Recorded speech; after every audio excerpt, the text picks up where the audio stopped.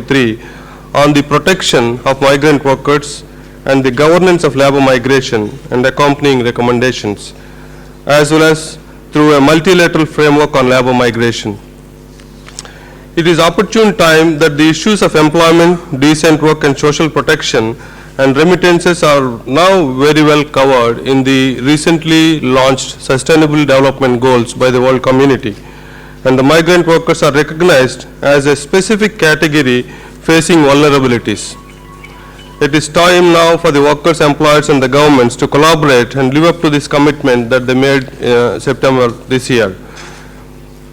This is a very important dialogue from another perspective too. You may be aware that majority of the women workers from Bangladesh are migrating for domestic work. Their financial inclusion and greater social security would enable them to break through the barriers and participate in much more rewarding sectors of the economy. Our work in the last few years in Bangladesh suggests that Bangladeshi women migrant workers use their mobility for better jobs. They are enterprising, they need supportive environment. It would be a great joy for all of us to see the Bangladeshi workers, women and men, achieve substantial, sustained and sustainable income. If this happens, we believe Bangladesh would certainly graduate out of low income to middle income country with equity that takes care of equality of all. Indeed, it is poignant to note that while the number of workers migrating from Bangladesh may be going up and down, but the remittances per worker seems to be growing. In this regard, while recognizing that the remittances are primarily personal incomes, there is a need for further enhanced international actions to provide complementary support. The cost of remittances transfers need to go down in all corridors. Workers and their family members face crisis should have social security that they can fall back on. The families of the workers need to be helped to graduate from being remittance beneficiaries to skilled workers and entrepreneurs. I will not go into the benefits of remittances for Bangladesh and destination countries. The contributions to the economy and industries are considerable. Beyond these economic benefits, however, lie certain social considerations that affect the lives of migrants and their families. It is for this reason that we have to exert greater effort and influence in ensuring that the sacrifices of the migrant workers are ultimately translated into benefits for them to begin with and to their families and the communities at large. I am looking forward to this very important dialogue this morning. We hope that when we conclude this event today, our collective commitment will be further strengthened to transform remittances into a sustainable input into poverty alleviation and well-being of the workers and their families. Thank you very much for giving us in ILO the opportunity to be part of this event and for supporting labor migration governance in Bangladesh. We take it as a privilege that Bangladesh government and the social partners have permitted us in partnering with this. We assure you that we will do our best to uphold the trust. Thank you very much. Thank you, Mr. Reddy. May I request our guest of honor, Ms. Beate Elsasser, if I'm pronouncing it correctly. She is the Charge d'Affaires of the Swiss Embassy, and she will say a few words. I understand the ambassador is away, so she is holding the fort.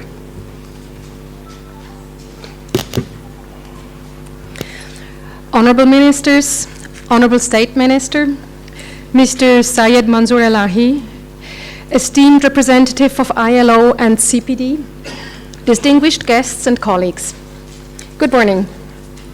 It is my honor to be here today to explore together with you how the interests of Bangladesh migrant workers can be better safeguarded. I thank the Ministry of Expatriate Welfare and Overseas Employment of the Government of Bangladesh for taking the lead on this issue and organizing this exchange between the different stakeholders for social protection of migrants. In the last decade, the government of Bangladesh has taken significant steps for the development of its country and its people, including tackling a very sensitive issue, which is that of migration. The government has effectively identified the gaps and taking measures to overcome many obstacles. The new Overseas Employment and Migrants Act of 2013 is such an example. The ILO gave its valued support to the elaboration of the act.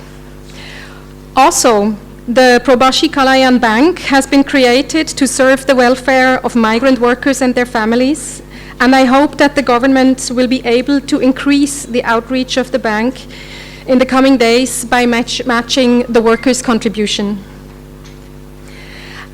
At the global and regional level, the government of Bangladesh has also contributed to significant achievements on the topic of migration. Let me just mention the United Nations High-Level Dialogue on Migration and Development, which was held in New York in 2013. Because of its active role in the global arena, Bangladesh will be hosting the Global Forum on Migration and Development in 2016, and we are looking forward to this event. Coming back to the national level, we have noted that the issue of migration, which was previously more of a cross-cutting theme in the 6th five-year plan, is now more focused in the draft 7th-year plan. It has been identified as a driver for growth and poverty reduction and as a potential factor to boost the economic development of those regions in Bangladesh that are lagging behind. So far, so good. Migration has the potential for fostering economic growth. But to fully profit from the effects of migration, we also need to examine the relationship between economic growth and the welfare of migrant workers and their families. Until now, migrant workers have not been a target group for increased social protection. We see an opportunity in the National Social Security Strategy that the government is in the process of preparing to connect migrant workers and their family members directly to such schemes. Also, there is a range of services that are beneficial for the specific life circumstances of migrant workers. For example, banking services for the workers and their families that stay at home, or support to returning workers. The 7th five-year plan indicates that there may be a role for the district employment and manpower offices that could carry out much of the work needed for increasing the welfare of migrant workers, for instance, by operating as one-stop shops for labor migrant issues. Ladies and gentlemen, Switzerland recognizes the strong link between migration and development.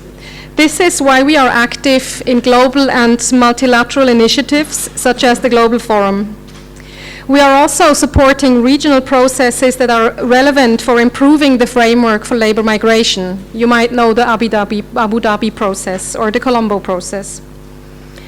One objective of our cooperation strategy here in Bangladesh is to improve the living conditions of the poor and the disadvantaged by enhancing their potential, their skills and capacities, as well as their access to economic opportunities.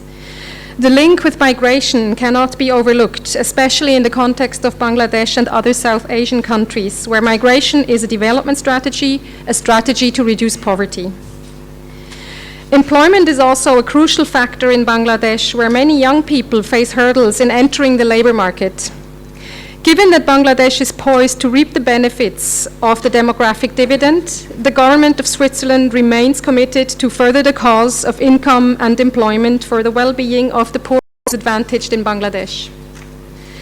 The project Promoting Decent Work Through Improved Migration Policy and its application in Bangladesh is one of the first significant projects with the government on migration issues in Bangladesh. We are glad to cooperate with the ILO on this project, and I hope that it will support the government's effort to make labor migration better organized, more accessible and safer, and increase the benefits for the Bangladesh economy. I would like to conclude by thanking the ILO for providing technical support to the Ministry of Expatriate Welfare and Overseas Employment through this project and for organizing this dialogue on protection of migrant workers. Thank you. Thank you, Ms. Elsasser. May I now request Professor Mustafizur Rahman, he's our Executive Director of the CPD, to give his keynote presentation. Good morning. Thank you, Chair. I would like to join you in welcoming all of our very distinguished guests today. We are very grateful also to the Honorable Minister for Planning and also Honorable State Minister for Finance for being with us. Their support for CPD activities is something that we are always very grateful about. So thank you, sir, for your kind presence this morning. At CPD, we are very happy that we have teamed up with the Ministry of Expatriate Welfare and Overseas Employment, the ILO, and also the SDC in undertaking this very important research work, which we think is that is key to developing Bangladesh in an inclusive way. We talk about inclusive growth in Bangladesh, but we think that migrant community is one of the key elements of that inclusivity. So we are very happy and privileged to have undertaken this in partnership with our three co-organizers of today's event. We are also very grateful to all of you. Many of you have been part of our focus group discussion, our KIIs, our various individual consultations that have gone in as inputs to this particular work. This work was done by a team at CPD. My colleagues, Muhammad Zafar Sadiq, Senior Research Associate, Ishtaq Bari, Research Associate, and Umme Salma, Program Associate CPD, they have been part of the team. Once again, thank you, and we are very much looking forward to your contribution to the discussion. I will just set the ball rolling, and I'm very happy also to recognize amongst the audience our esteemed member of Board of Trustees CPD, former Finance Minister, Mr. M. Saiduzzaman. So thank you, sir, for your presence. I will give some introductory remarks and then some of the current policies in place. And then I will go into two issues which will be the focus of our discussion this morning: financial inclusion and social security of migrant workers. And then we will have some concluding remarks. Now let me begin by recalling the contribution that migration and remittances are doing in the context of the developing countries. Just if we look at this figure, in 1970, migrant workers were going to 11 countries and they were sending $2 billion. By 2014, they were going to 180 countries and sending $583 billion. So astronomical growth, both in terms of the numbers of migrants going overseas and also the money that they were sending. And large part of this money was coming to developing countries. And if we take the developing countries, this inward flow, it outweighs the combined flow of the foreign direct investment and foreign aid. So this is quite a significant change that we have seen over the last few decades. If we look at the growth, it has since the 1970s, remittances have grown by about 20% per year, whereas the developing country GDP has grown on average by about 5%. For Bangladesh, it is very important because it's the 8th largest recipient of remittances in the world. Last year in fiscal year 2014-15, US dollar $15.3 billion came. We have, as of now, about 5 million overseas workers working in more than 150 countries, and till since 1971, about 9.5 million workers have left Bangladesh to work at some point of time. It contributes to 7.4% of our national income, and about 5% of the current workforce in Bangladesh is working abroad. If we take the working age between 15 to 65.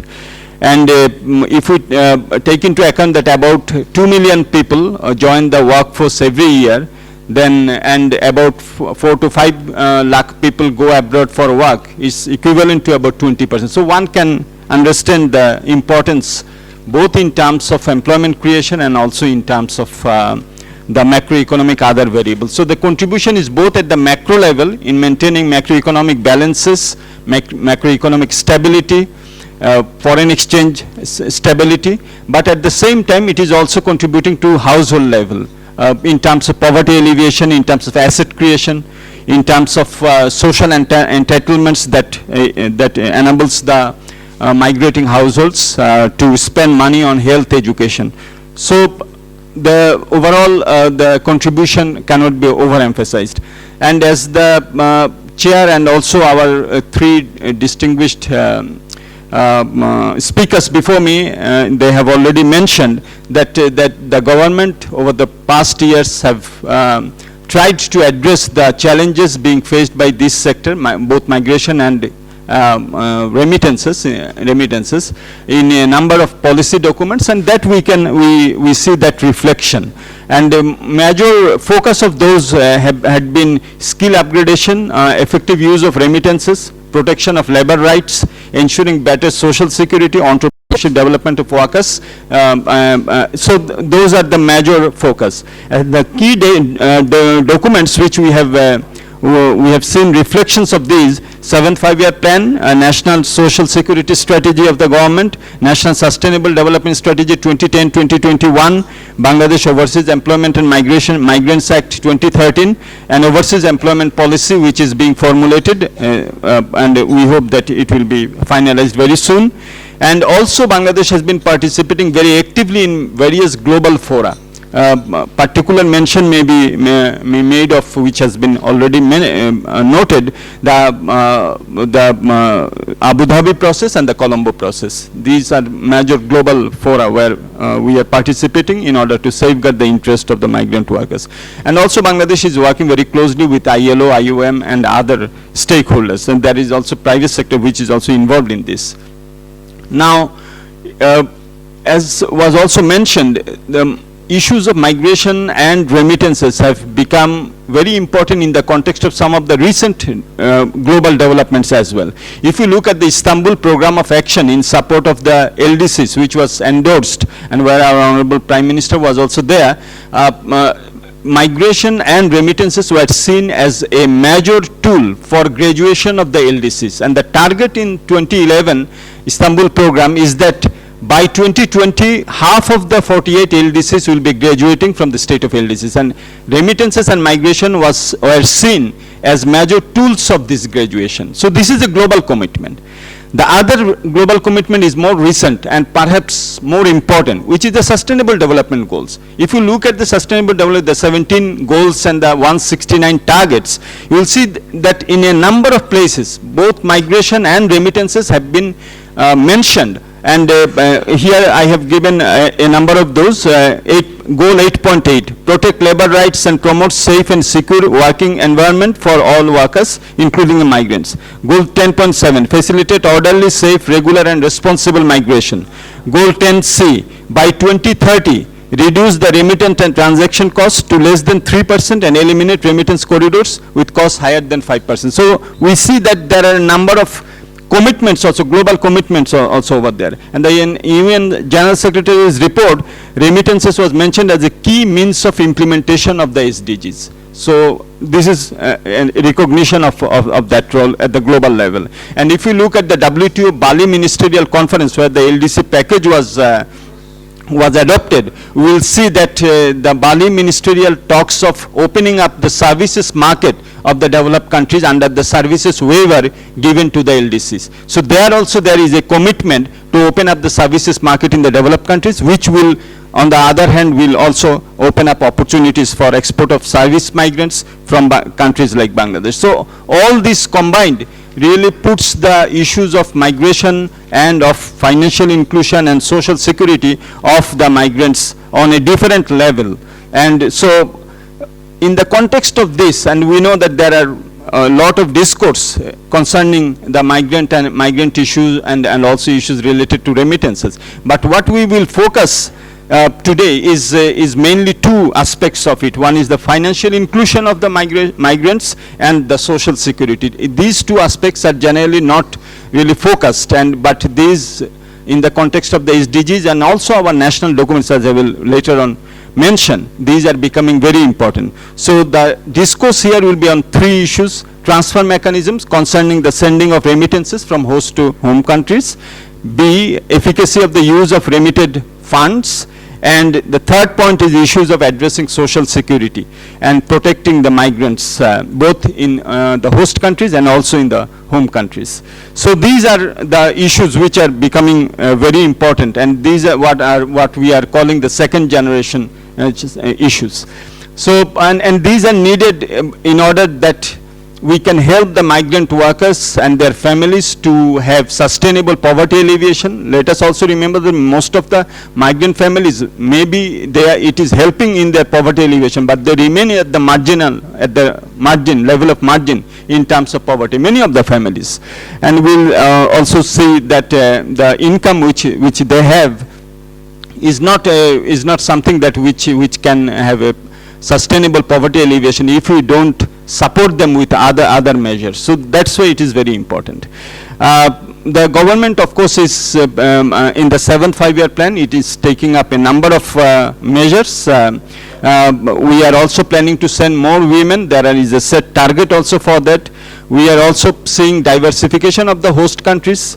We are also seeing that, on the other hand, we are also seeing that there are measures to de-risk financial flows, and de-risking financial flows also means that there are more attention and scrutiny on the transfer of remittances also as part of the global financial flows. So this is also raising the cost of sending money. So this is also something that we would like to discuss. And also, as I said, implementation of the sustainable development goals, where our Honorable Prime Minister was also there in New York, where all these were adopted. So that implementation and that commitment in terms of advancing the interest of migrant workers is also something that we will have to deal with in the next few years.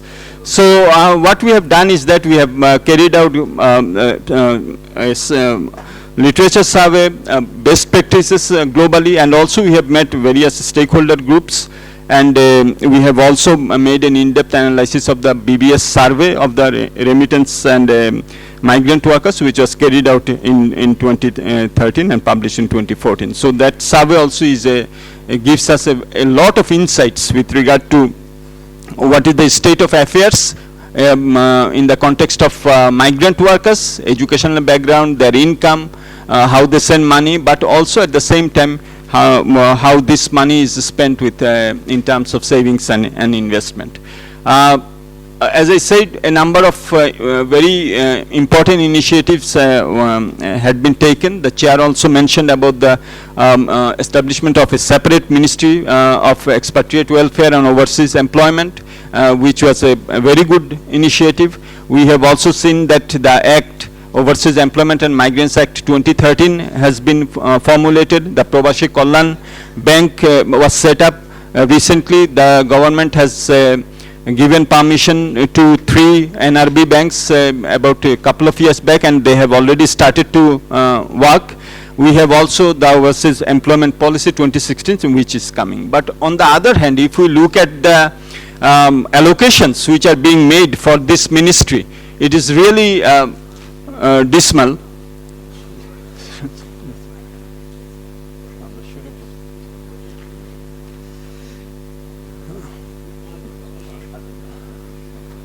The minister has joined us. Welcome, Mr. Minister. So, if we look at the allocation, you will see that out of the total allocation for development outlay and for non-development expenditure, the percentage is only about 0.15%. In this table, there are some. I would like to request you to correct some of the figures on the third column and rows. The summation was not made correctly, but the fact remains that that only 0.15%, and if you look at the trends, in fact it really came down in fiscal year 2015-16. So this is something that we should all talk about, and I will now mention about some of the major key policy initiatives which had been mentioned in some of the documents, but in order to implement those, in fact we will have to raise the allocation several times. Although one can say that this is a cross-ministry thing, perhaps in the education ministry's allocation, some of that will benefit the external workers, or in the poverty alleviation allocation, some of this will go for poverty alleviation of the migrant households as well, but the allocation itself for the ministry is really dismal. So this is something that we would like to point out. If we look at the 7th 5-year plan, 7th 5-year plan recognizes the important role, although there is no separate chapter in the 7th 5-year plan, but we see that there is a recognition of raising the average remittance per migrant workers, skill enhancement program, government to government program, reducing cost of sending remittances, and a number of concrete targets have also been set up.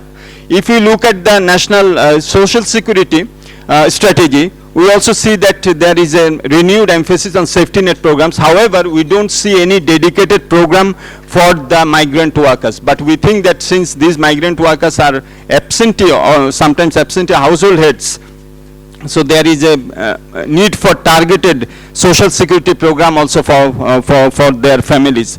And also, as we have said, also in the host countries. If we look at the National Sustainable Development Strategy 2010-21, we see that there are a number of targets also over there, strengthening of BMET and the district employment offices, addressing pre-departure, on-site and on-return problems of the migrant workers,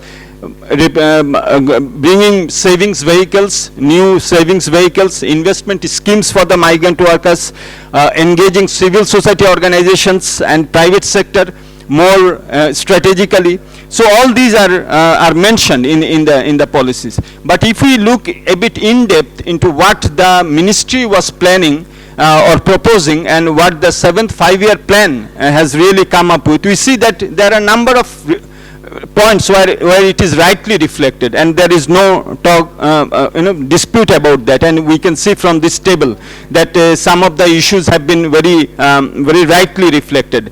For example, if we look at the target 1, 2 and 3, target 4, target 1 told about overseas employment of skilled and semi-skilled workers to be raised to 60%. That has been reflected in the plan. Or the female migrant worker share going up by 30% by 2020, reflected. Increase the number of trainings to 4 lakh, reflected. But on the other hand, there are some very critical proposals which had not been reflected, and I would like to draw your attention to the last 3 rows.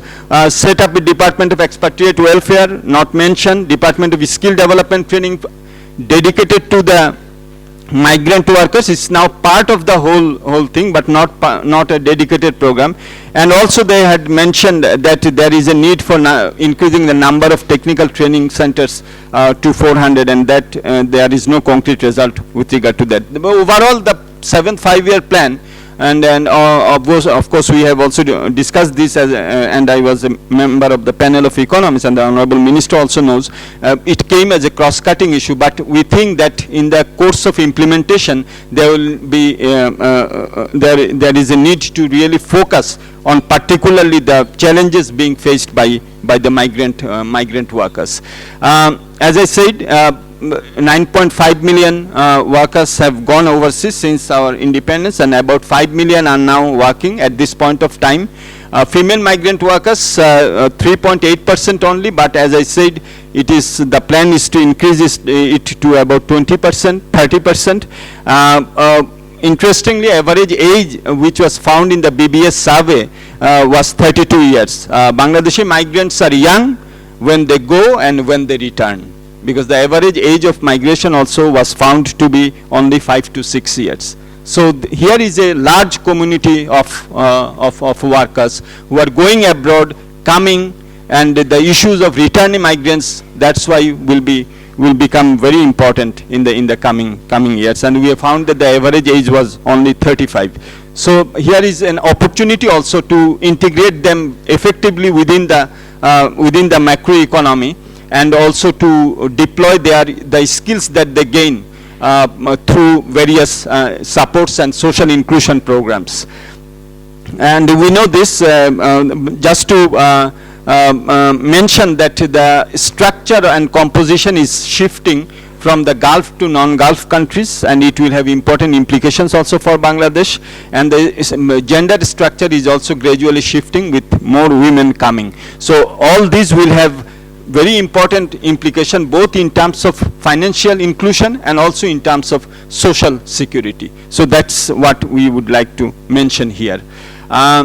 If we look at the per capita income, as I have said already, the per capita remittance which is sent is not a very big amount, but we have seen that in the non-Gulf the average is 15% higher, and also we have seen that 7 out of 8, in fact 87% of the respondents in the BBS survey said that they didn't have any training. On the other hand, it was also seen that about 37% income goes up if they have a pre-departure training. So this is also another part of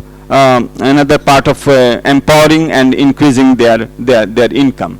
If we look at the education and the income and the remittances, that there also we see that as the education level goes up, the income also goes up, but on the other hand skills is also very important. You will see that the higher secondary, those with higher secondary earn more than some of the bachelors and the graduates. So skill is a major, just not the education but skill. So this is also something which is important.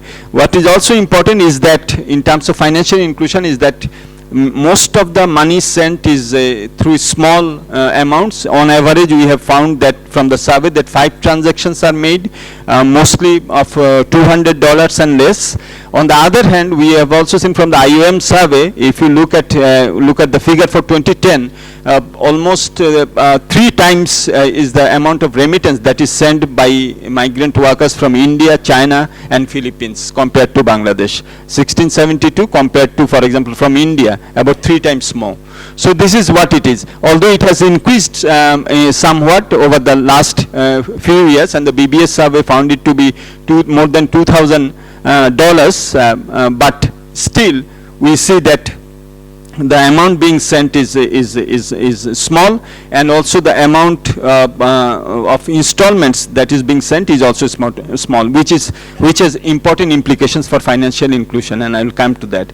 Here is the savings and investment data. We see that they try to save in spite of the small income that they have, and they try to also invest on the. But if we look at the structure of investment and savings, we will see that most of the investment goes to construction purposes, and also we see that the government bonds, etc., which is being deployed in order to attract through various instruments like wage earners development scheme and various bonds, is only about, the BBS survey found that it is only about 0.1% of the total remittances that they were sending. So not, and we know that the government is planning to issue another 2 bonds. So we think that there is a need for doing much more in order to attract this investment, and we will come later how this for example providing loans for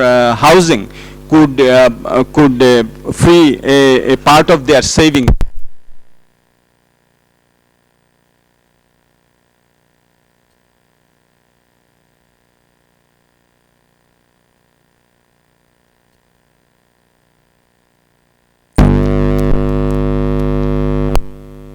So, hello.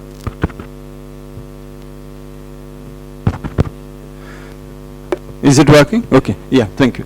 So, if we look at some of the figures, we can very well understand that there is a need for intervention by the government in order to help them in terms of financial inclusion, because a lot of their money is going for various constructions where the government support is not there. If we look at the recent figures, in Bangladesh about 60% of the respondents said that they remit money through bank. So banks will have to play a crucial role in terms of financial financial inclusion.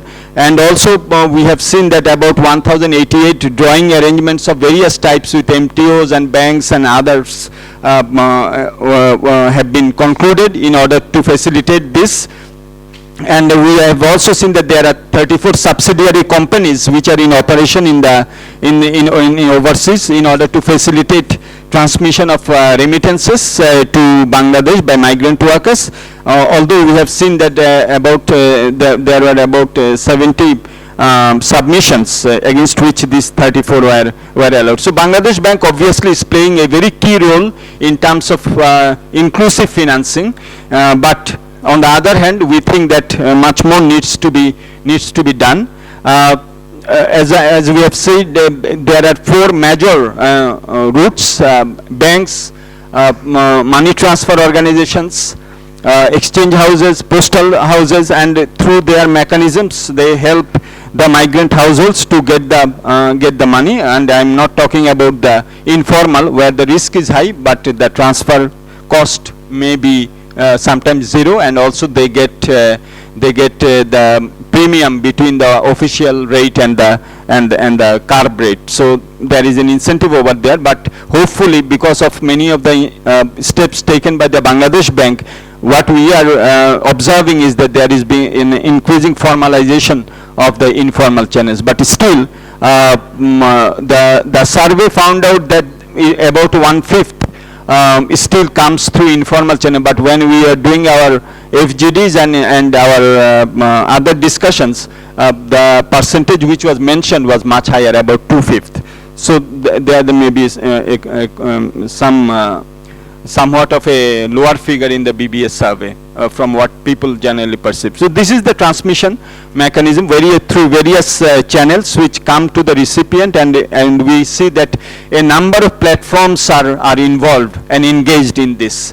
So if we can make them efficient, and if we can remove some of the intermediaries, obviously the cost of remittances might come down.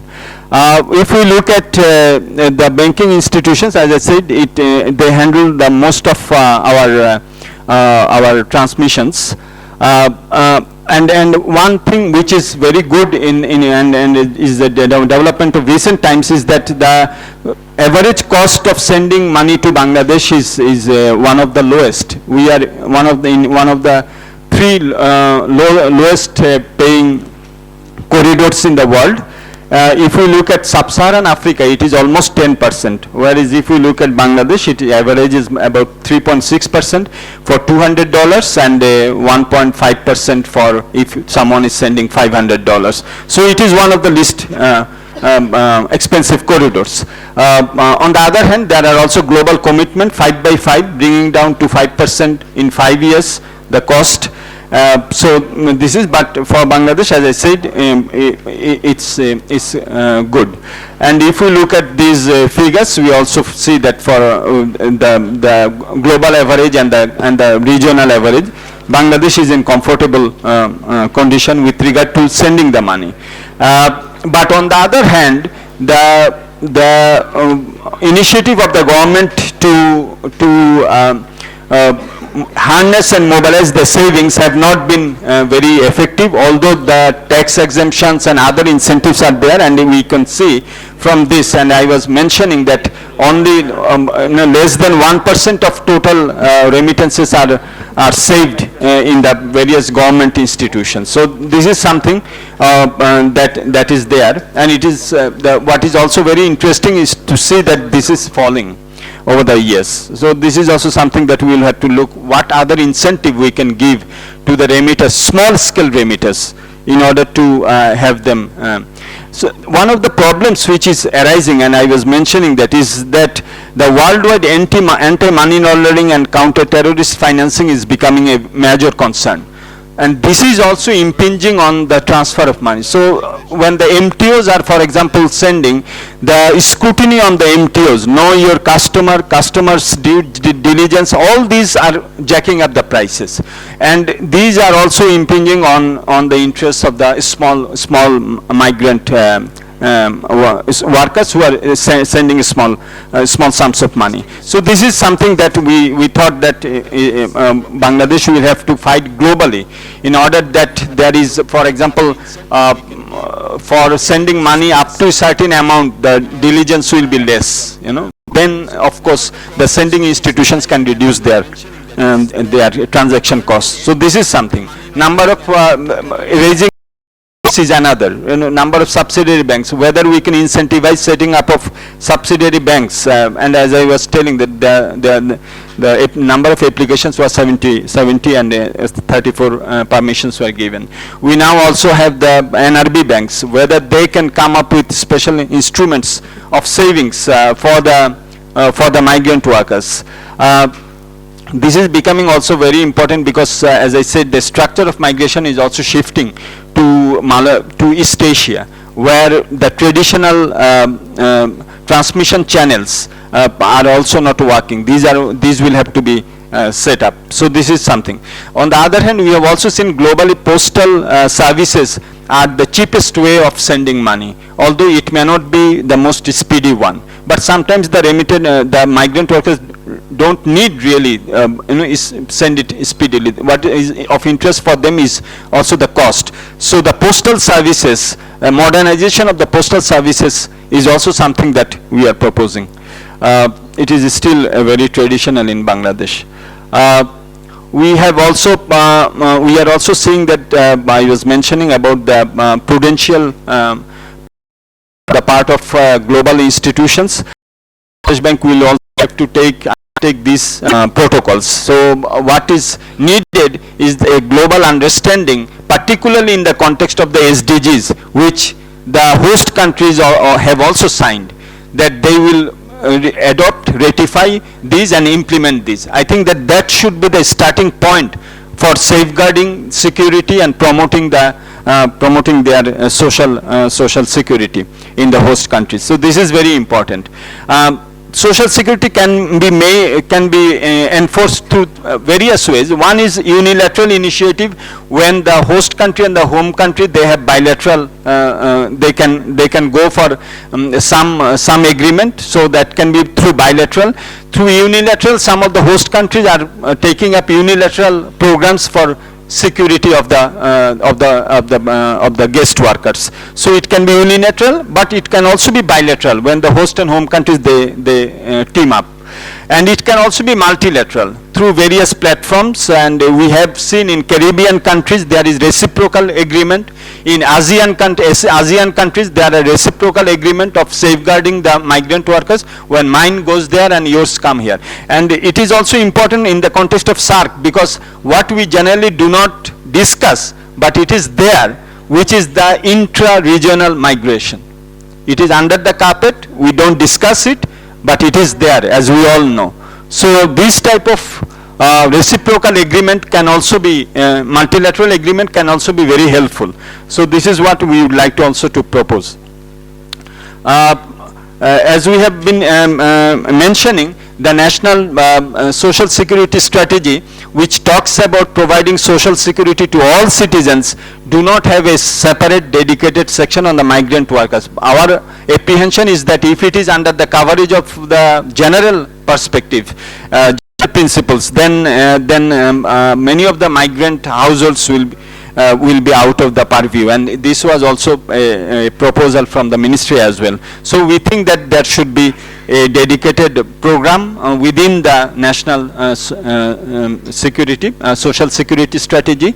Now we think that the problem with social security starts at the stage. We don't have the knowledge is not imparted. We have seen 87% of the respondents said that they didn't have any training, any type of the in-depth. We have also seen it is the pre-departure in the home country. In the host countries also there is no program.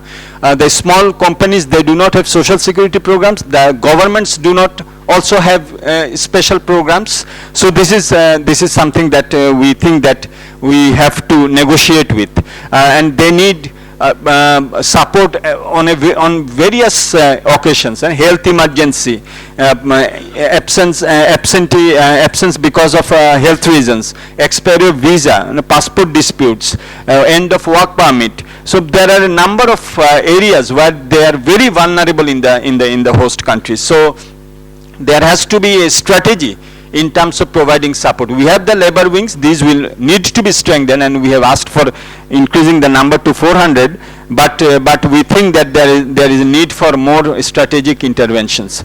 Particularly pre-departure briefing is very important, and we have also mentioned that one can think about some applications, mobile phone applications, where country-specific rights, obligations, duties, work conditions can be there, and they can be made available to the workers. So this can be a marriage of technology with the social security, addressing social security concerns. We do have in Bangladesh a number of programs, and we have documented this, welfare desk and various support if someone is dead, etc., etc., scholarship program. But we think that if we look at the traditional sending countries like Philippines, we see that there are a number of very good programs which we can emulate, particularly with regard to insurance. About the historical perspective of the migration. You see, তুমি তো আমার সাথে জোরে বলো, তাহলে কেমনে হবে? আচ্ছা ঠিক আছে। You see, why migration takes place? Migration takes place for a number of reasons. Initially, migration started because of existence itself. Homo erectus, our predecessors, Homo erectus, they occupied entire Africa about 1.7 million years back. And then thereafter, Homo sapiens, they also occupied African continent, but at a later stage. Now, these Homo erectus and subsequent to that, the Homo sapiens, I mean the modern human being, like me, like you, all of you, they also could not stay a larger quantum of people in South Africa because there was no food. At that time, you know that the world was covered under ice. And that ice has gone up, it has wiped out from this earth, only it is 11,700 years back. Now the beauty is this, at that time, the migration took place precisely for a number of reasons. The first reason was economy or existence. Because there was no food, enough food in Africa, so they have started moving out from Africa. So, and there were also flights inside the country, so people had to migrate from one place to another place. Now, the recent migration, the largest migration took place in the 16th century, when about a few million people migrated from Europe to America. And in the 19th century, about 6 million people, they migrated from Europe to America. These people, they migrated because of economic reasons. There was no war at that time. During the Second World War, what we saw, only from Eastern Europe, over 35 million people were displaced. And likewise, when India, Pakistan separated from each other, at least 5 million people, either they have been killed or they have been displaced. So this way, people are being displaced from one place to another place. As I have said, there are reasons, either war. Now also there are, because of war, lot of refugees here and there. Even in Bangladesh, we have a large number of refugees. This is because of what? Because these refugees, they are also migratory people. They have migrated because they can't stay in their own country. For their own safety and for their own existence, they had to migrate. Now, if you look at, because of the Gulf War, there is a large number of migrants people, even in Europe. There is no choice, because how long they will be remaining in the refugee camps. So, war and then economic reasons and then the existential reasons, these are the reasons for migration. Even at some times we have seen inter-migration also takes place, because about 150 years back, almost 150 years back, we have seen from the southern part of America, which is South Carolina, North Carolina, these are the places where the large chunk of people are blacks, and they are subjected to various oppressions and they could not live there. So they had to migrate to other parts of America. So there is at times there is an intra-migration and at times there is a inter-migration. So these migrations, as I have said, taking place for various reasons. Now, normally at normal times, no people in this earth, I have a strong belief like that, none want to leave their home place, birthplace, to another place. When they leave their birthplace, they leave for a reason. Now, you see, here is today, to my right I have a friend, he is from International Labour Organization. I think he is the right forum. He can take our voices to the right place. Even 400 years back, 300 years back, people could easily migrate from one place to another place. When people are coming from Africa to the Mediterranean, about 500 years back, because Mediterranean was at that time very good place for agriculture. So for agricultural reason and for their good living, they migrated from Africa to Middle Eastern countries, which is Yemen, which is Palestine, which is Jordan, and which is mostly in Iraq, both the banks of Tigris. There are a huge potential for agricultural growth. And so it is almost 500 years back.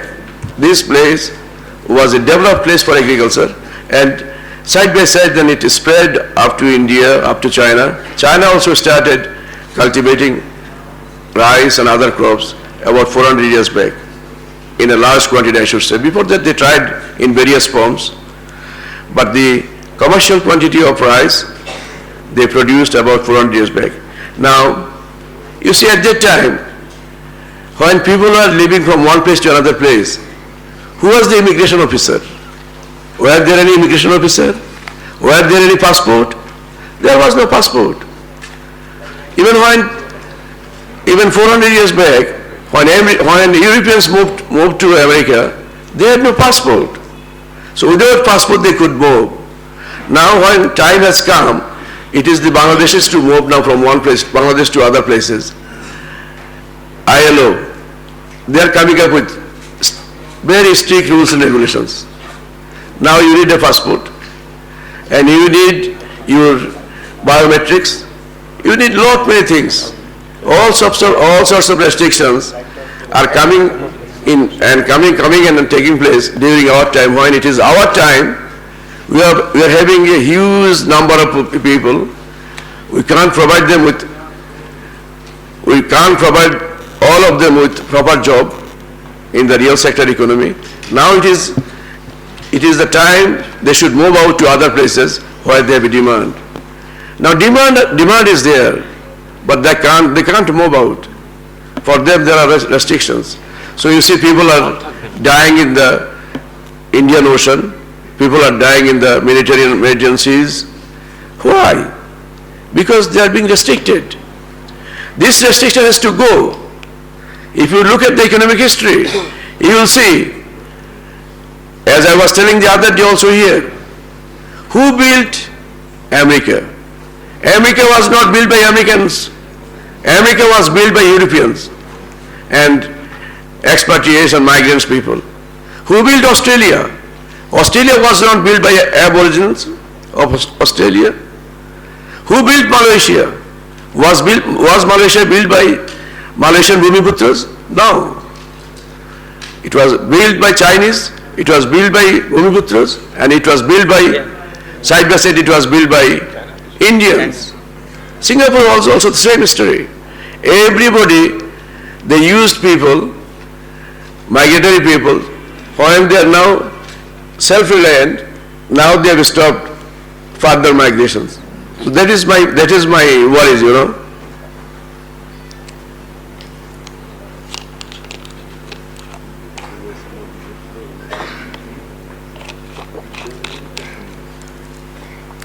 However, whatever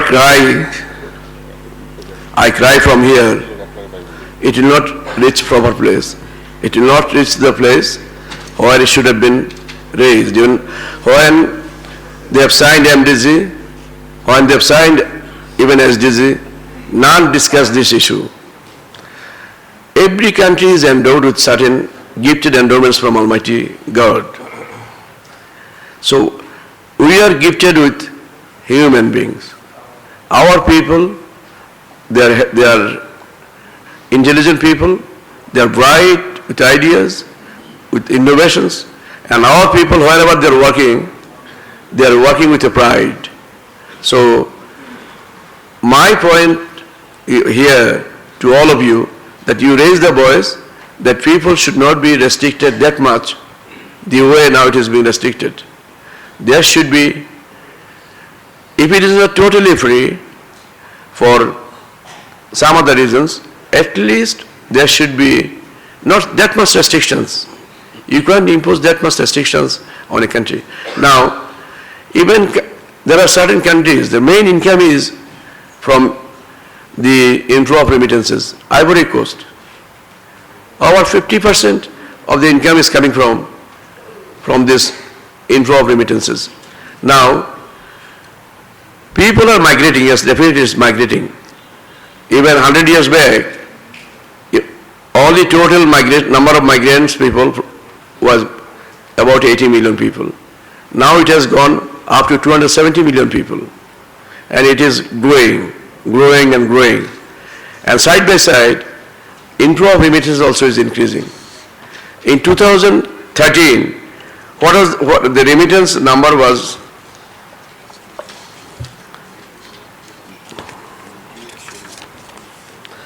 In 2013, the total number of remittances, amount of remittances in US dollar, it was $583 billion.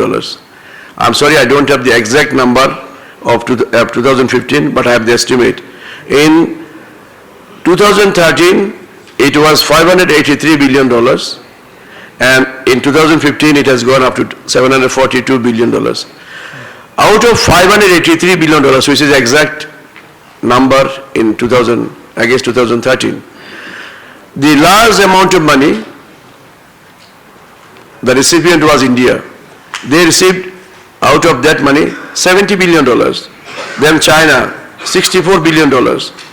Philippines, $29 billion. Mexico, $25 billion. Nigeria, $26 billion. Bangladesh, it was $14.2 billion. Now this year it will be $15 billion. And we have a projection, the way we are moving, and I have my colleague here, and he is taking particular and specific care for increasing the number of people. It is in numbers, in volume, and side by side he is also formulating certain policies which are very congenial, very conducive for easy remittances of money for our overseas workers. So that way, we have a projection that in 2020, we shall be making, against the current $15 billion, we shall be making $25.39 billion out of this account. So $25.39 billion is the expected revenue generation in 2020 from our manpower. I'm sorry, it's okay. So, manpower for many countries as you have rightly said, when Mr. Mustafiz was making the presentation, I have heard, and he has rightly mentioned, for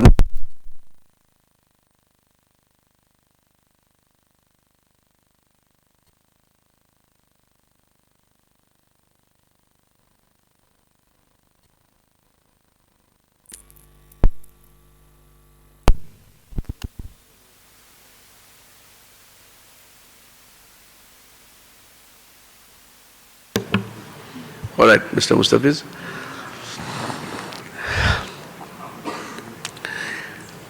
You see, we have some hindrances, some physical constraints for sending our people abroad. You have said our people, they are not crafty that way, they don't have vocational skills, and then without these sort of skills they are going outside. It was 20 years back, 25 years back, when at the infancy, at our initial stage, people are going without having any technical education and support services from the government. Nowadays, everybody, whoever going outside, they are having basic education and technical training.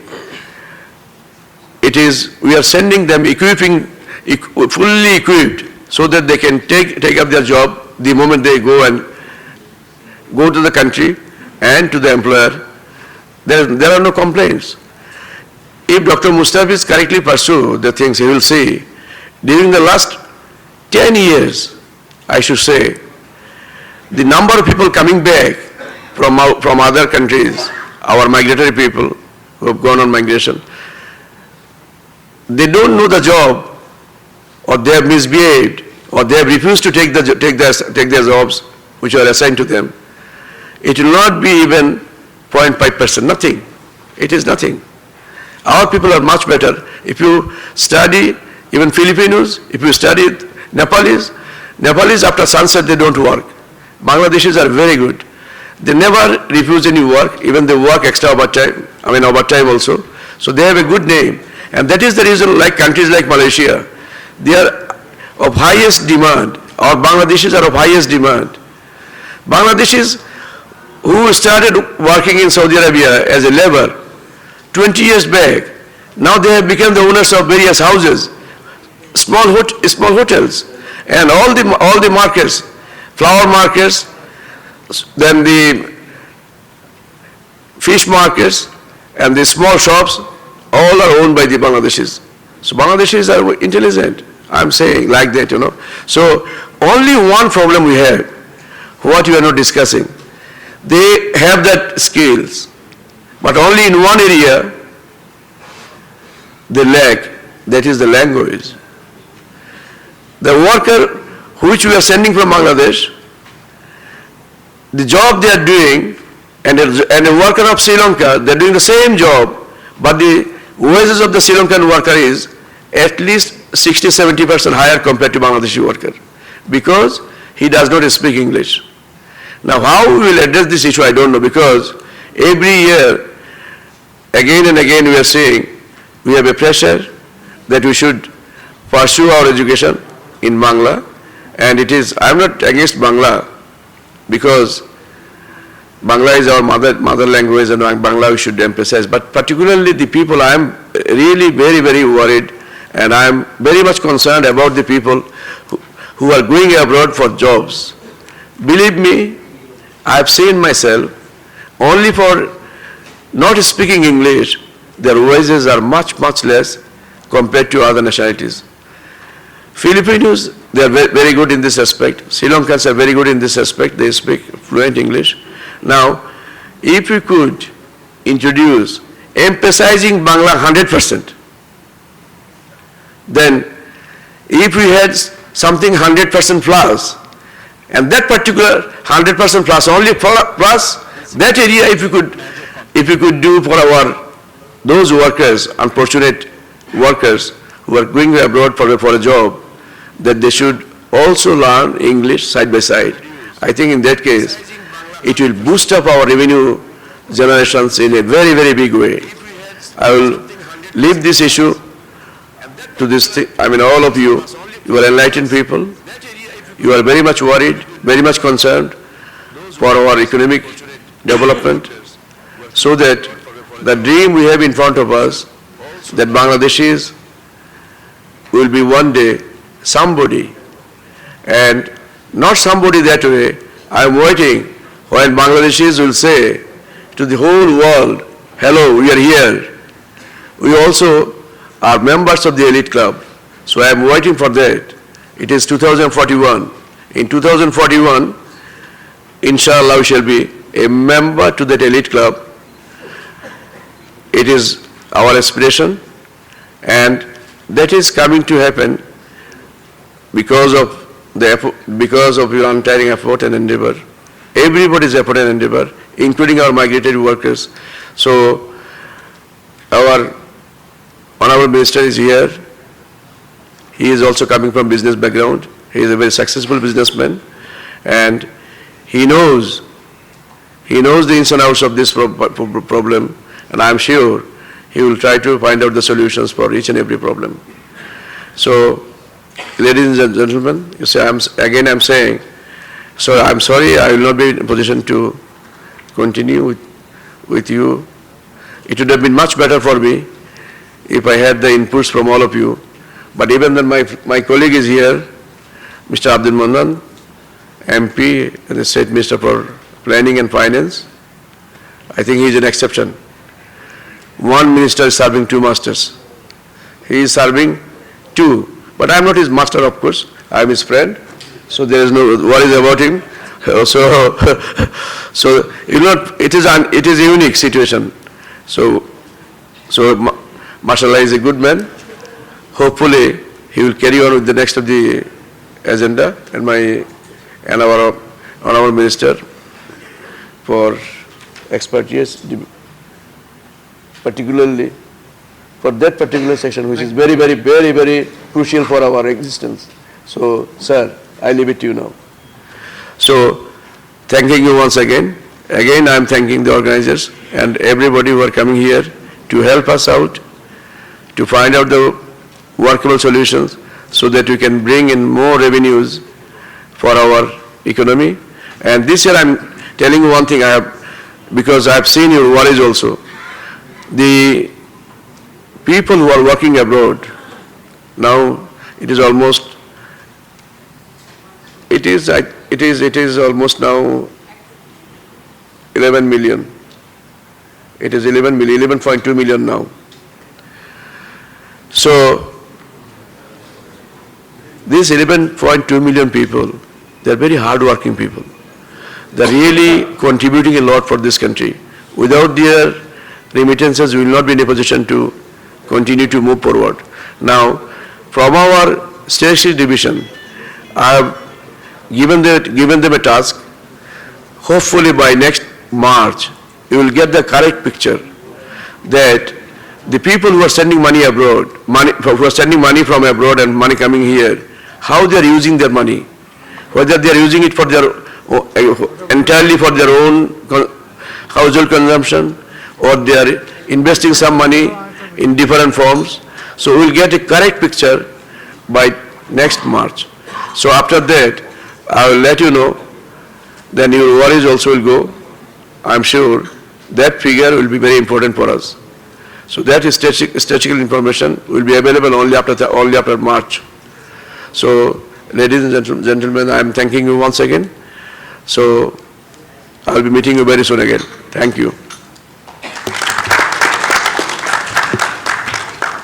Thank you, Mr. Minister, for your valuable remarks.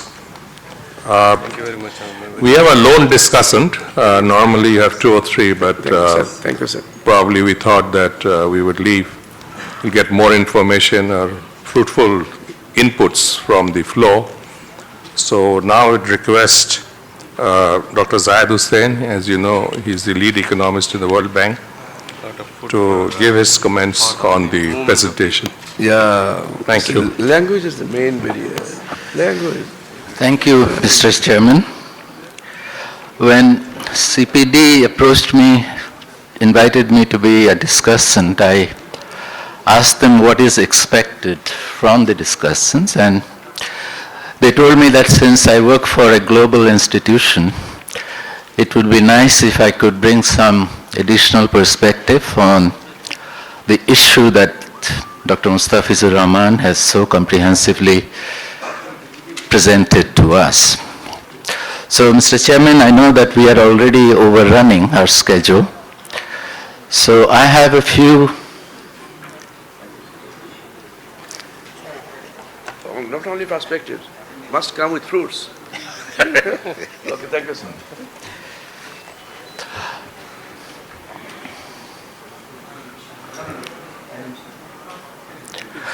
I have a few discrete points to make, and Mr. Chairman, please feel free to tell me when my allotted 10 minutes are over, because I can stop anytime without disturbing the flow of thought. So my first point is about the economic thinking on poverty and inequality. As you know, that jobs have always been at the center of the agenda for poverty reduction and promotion of equity. Now, there are two ways of doing it. One was to move the jobs where the poor people live, and the other is to move the poor people where the jobs are. Now, initially, globally and in economics, the vehicle for moving jobs to where poor people live has been foreign direct investment and freeing the flow of international capital. That we have tried, that probably has made significant contribution to growth, and we have mixed evidence on its success. It worked well in East Asia, did not work so well in Africa, particularly in countries like Nigeria. And in terms of reducing inequality, it probably has not made much of a difference. Still today, 83% of global wealth is concentrated in only 8% of global population.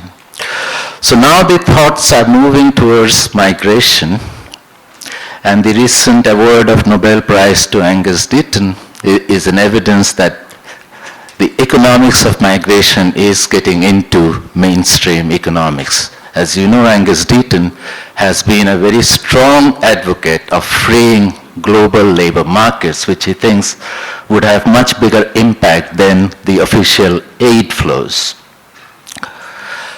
So that was my first point, that migration is now becoming into mainstream economics, and the issues of financial inclusion and social protection come with it. But so far, migration has not gone to scale. Of the total 7 billion people in the globe today, only 250 million are migrants. That's 3.4% of the global population. So the jury is still out on whether migration would produce the results that we expect it to produce. Now, I have a second point. I want to share with you a research that we recently did. We did not do it ourselves. We financed with BRAC. And this is on a specific risk in the migration process. This research was on the channels of migration, and I would like to share with you some of the findings, which I think are quite interesting. The research was done in 2014, and it covered about 3,054 migrant households and 3,120 potential aspiring migrants. So here are some of the findings from that research. One, as you know, that private recruiting agencies rely heavily on middlemen to recruit potential migrants from rural Bangladesh. And one of the findings from this survey was that less educated and unskilled workers are the ones who go through this middleman to migrate. Now, districts that have high concentration of migrants show less migration attempt through middlemen and more migration attempt through personal networks and recruiting agencies directly. Financial losses associated with failed attempts to migrate, I say failed attempts to migrate, is about $392 on average. That's the mean. $250, which is the median. This is like you have to deposit money, you have to pay money to the dalal or the middleman, but then you fail to migrate, you lose the money. Only 17% of the migrants got formal job contract papers. 17%. Actual wages per hour was Taka 110 against an expected wage of Taka 125. So this 12% difference between what you expect to get and what we end up getting is because of both working higher number of hours than he was told and lower wages than they were promised.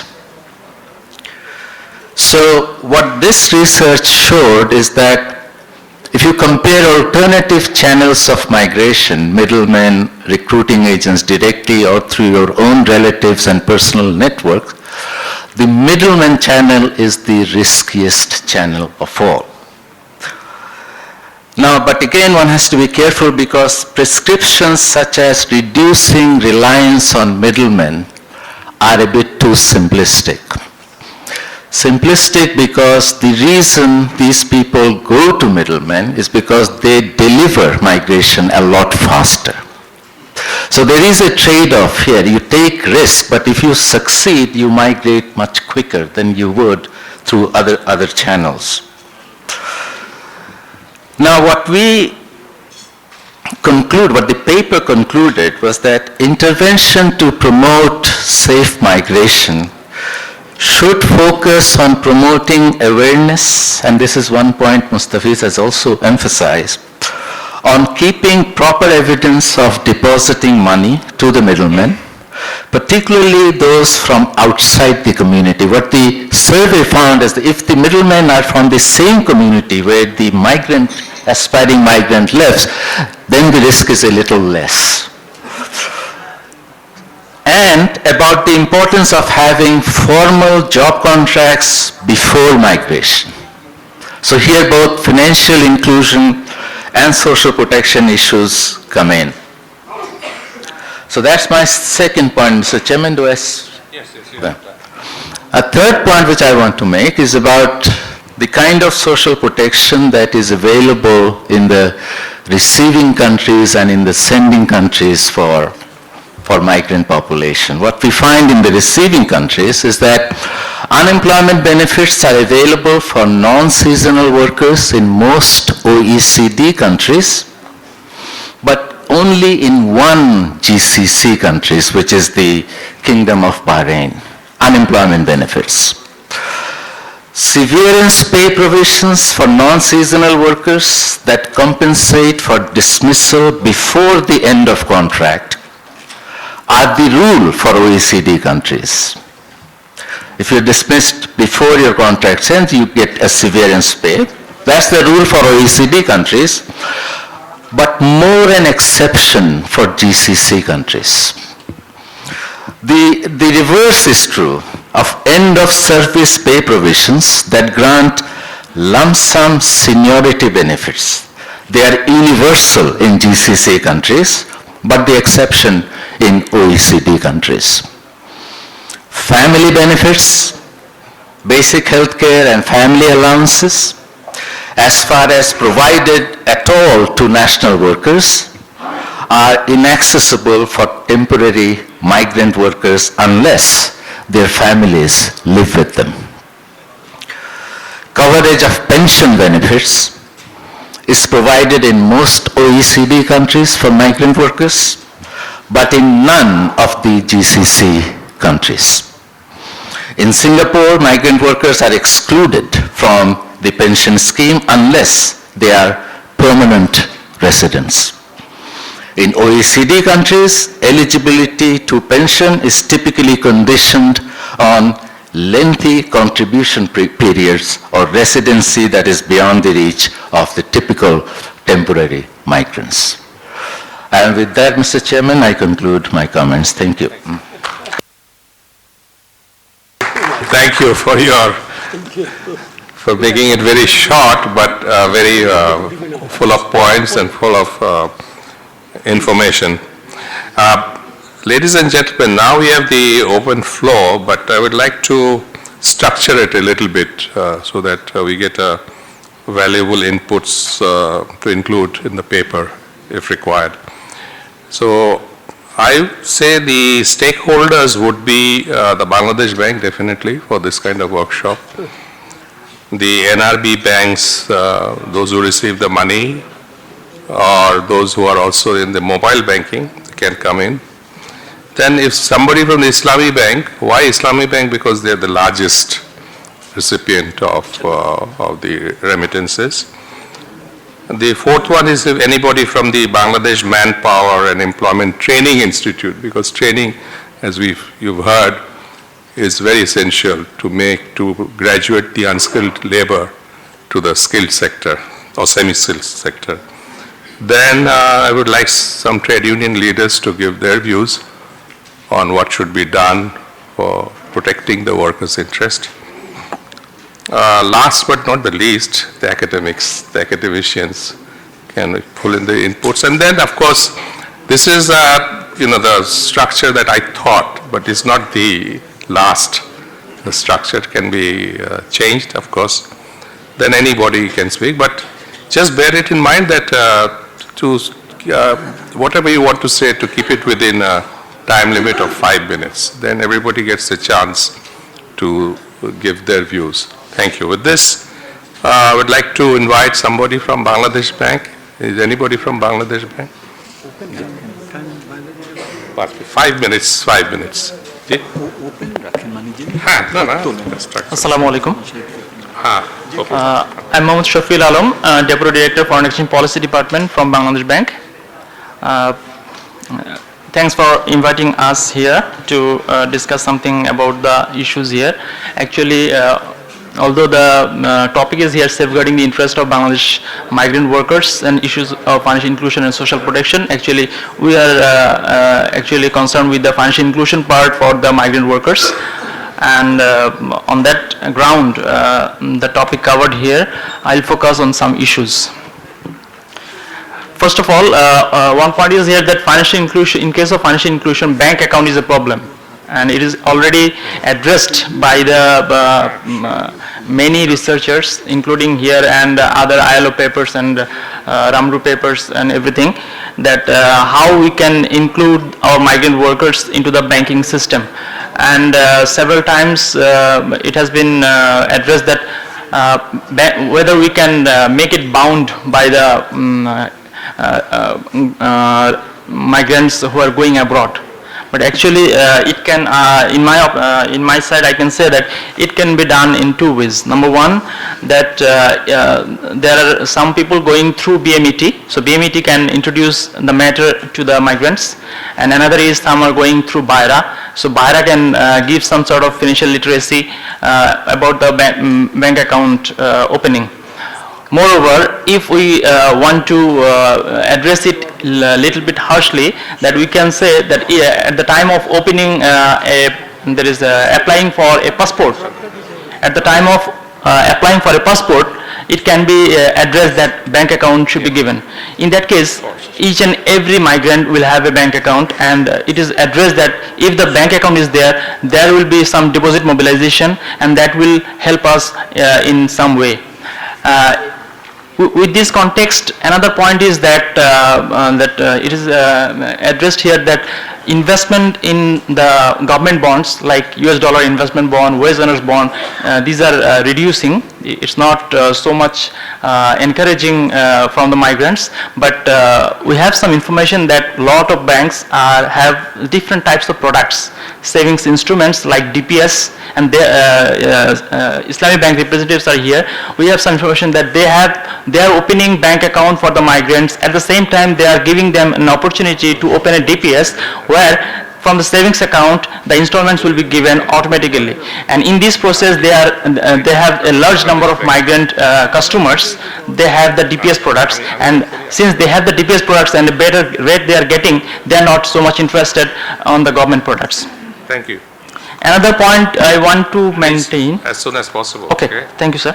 Another important point is I want to mention is that recently in Middle East countries there is a system of WPS, that is waste protection system, whereby all the Middle East country migrants will have to have bank account, and they will be getting salaries from the bank account of the employer.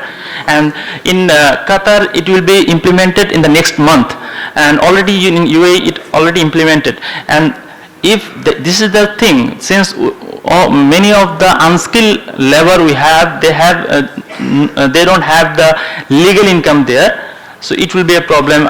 Maybe we have to address this issue in near future.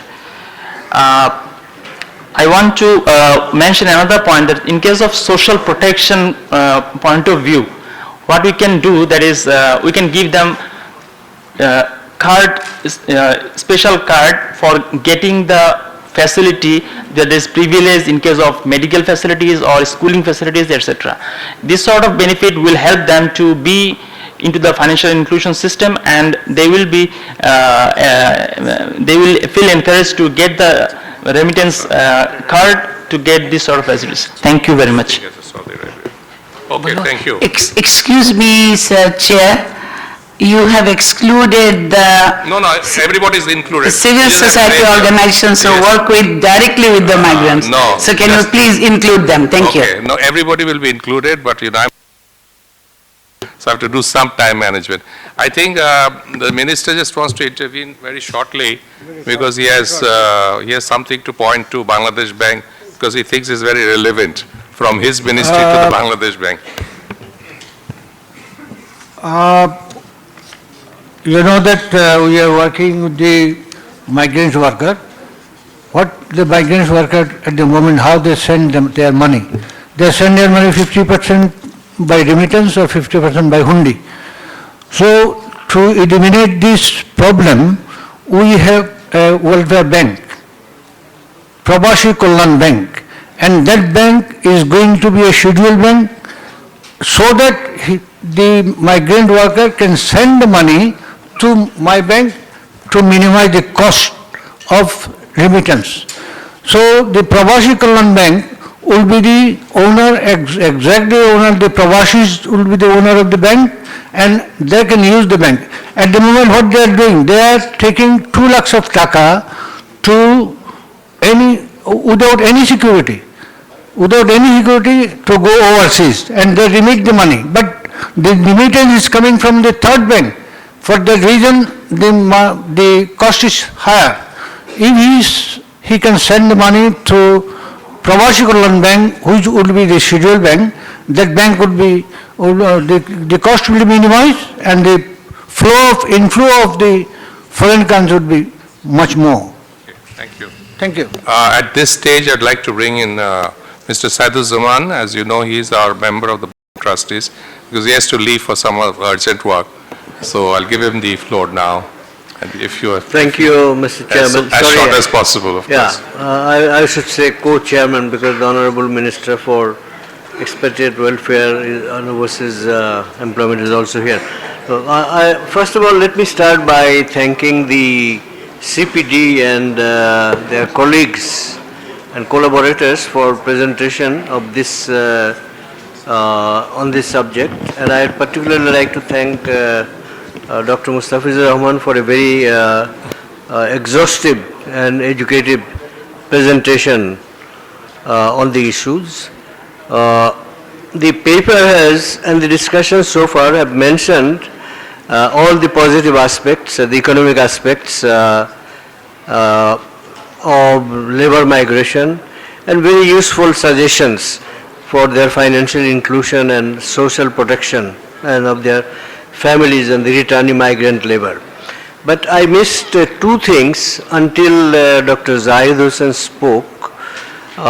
These are, number one is the institutional arrangements for sending migrants overseas. A lot of complaints are heard about this, and a lot of negatives are in the newspaper media about this, about exploitation of the labor before going and cheating of the labor after sending them, giving them less salary than that has been promised.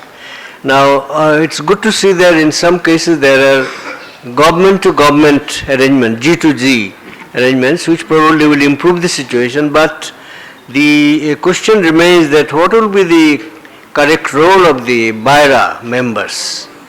And will it be a competition between the government and the private sector? I think what we need is a transparent cooperation and minimum cost for the migrant laborers whom they are supposed to serve. This is one point. The second point that I missed is the recent news that came in the public media about the very sad stories of intending migrants who lost their lives in deep seas because of inadequate transportation facilities, or even killed and thrown into mass graves by some international cartels. We don't know what has been done about those facts and what will be done. But these are the two things I wanted to flag in my statement. Thank you. I would now request Mr. Salahuddin Qasim Khan, is the President of the Employees Association, and as you know, he is contributions to this, the improvement in the skilled of the workforce that goes abroad is huge. He is personally involved, and he is also is a passionate believer in skilled labor. Thank you.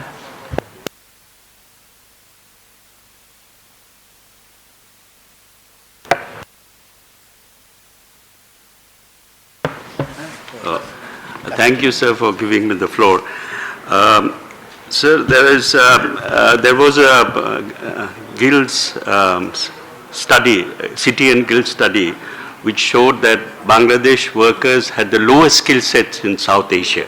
And that is the reason that we get half of India, 1/3 of the Philippines.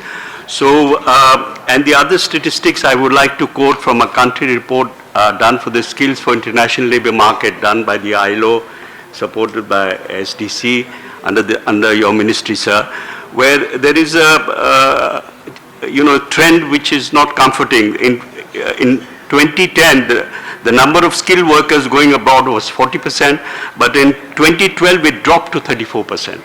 So this is something which the government has to look at, and the skills development agencies which are concerned. The other, again from the report, it says the people who are going abroad, illiterates are 9.56%. The largest number is 1 to 9 class, 61.50%, SSC 16.25%, and 7.19% HSC. And I think the report says the HSC migrants which are going abroad get the highest. And here, sir, I would like to request the government, the SSC and HSC vocational programs must be accelerated in all the technical schools. And this all in the private sector and also in the government sectors. And I think the planning minister made a very important point about language skills. I think this is very important. And here, sir, we would like to propose from the Federation, and I'm also the co-chair of the Executive Committee of the National Skills Development Council, which is headed by the Honorable Prime Minister, joint collaboration with receiving countries. Like, sir, we have the Korean Bangladesh TTC, we have the German Bangladesh TTC. If we could have similar TTCs with Malaysia, Singapore, Saudi Arabia, UAE, the major receiving countries, so that they can be trained up to their specific country requirements. I think this is very important. Like in Chittagong, sir, you are from Chittagong, I'm also from Chittagong. Yes, the Swedish Institute of Technology, sir, was set up in the 60s, but there has been no upgradation of that institute. I think the Secretary of Labor and Employment is planning to take the Swedish ambassador. I would request the ILO. This could be developed into university level. It has such beautiful facilities, but the equipment, the training is still very backdated. So I would request the Honorable Minister that kindly look at the Swedish Institute, which was in the 60s the top furniture making institute in the country. And the furniture industry is also becoming... Yes, sir. So we need to have a really high quality furniture skill development, and I think the Swedish government would be happy to do that. Regarding cost of remittance, I think mobile is the way to go forward, sir. We do agree your bank is important, but for smaller remittances, I think one of the reasons Bangladesh has been able to reduce the cost is because internally it is possible. But what is missing is the external remittances coming in. So to have a filter, we could use the post offices, which is the government, a government institution, but mobile remittance, small remittances, I think the ILO can look at it, which is made by our foreign expat workers. This will really, double the money coming into the country. So I think the cost of remittance, it is low. I'm very happy to know from the report, but I think we should follow the Philippines model. And finally, in the 7th five-year plan, the State Minister for Planning is here. Kindly have a statement on migration workers. We, the private sector, the whole government is floating because of the hard work and the money these migrant workers make. In the Philippines, they have a VIP access in the airport. They get red carpet treatment. Why can't we do the same for our migrant workers? They are creating the lifeblood for this economy. Thank you, sir.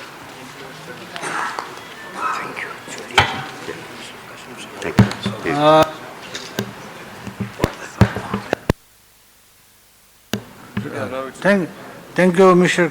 Abul Qasim Khan. You have passed very valuable remarks.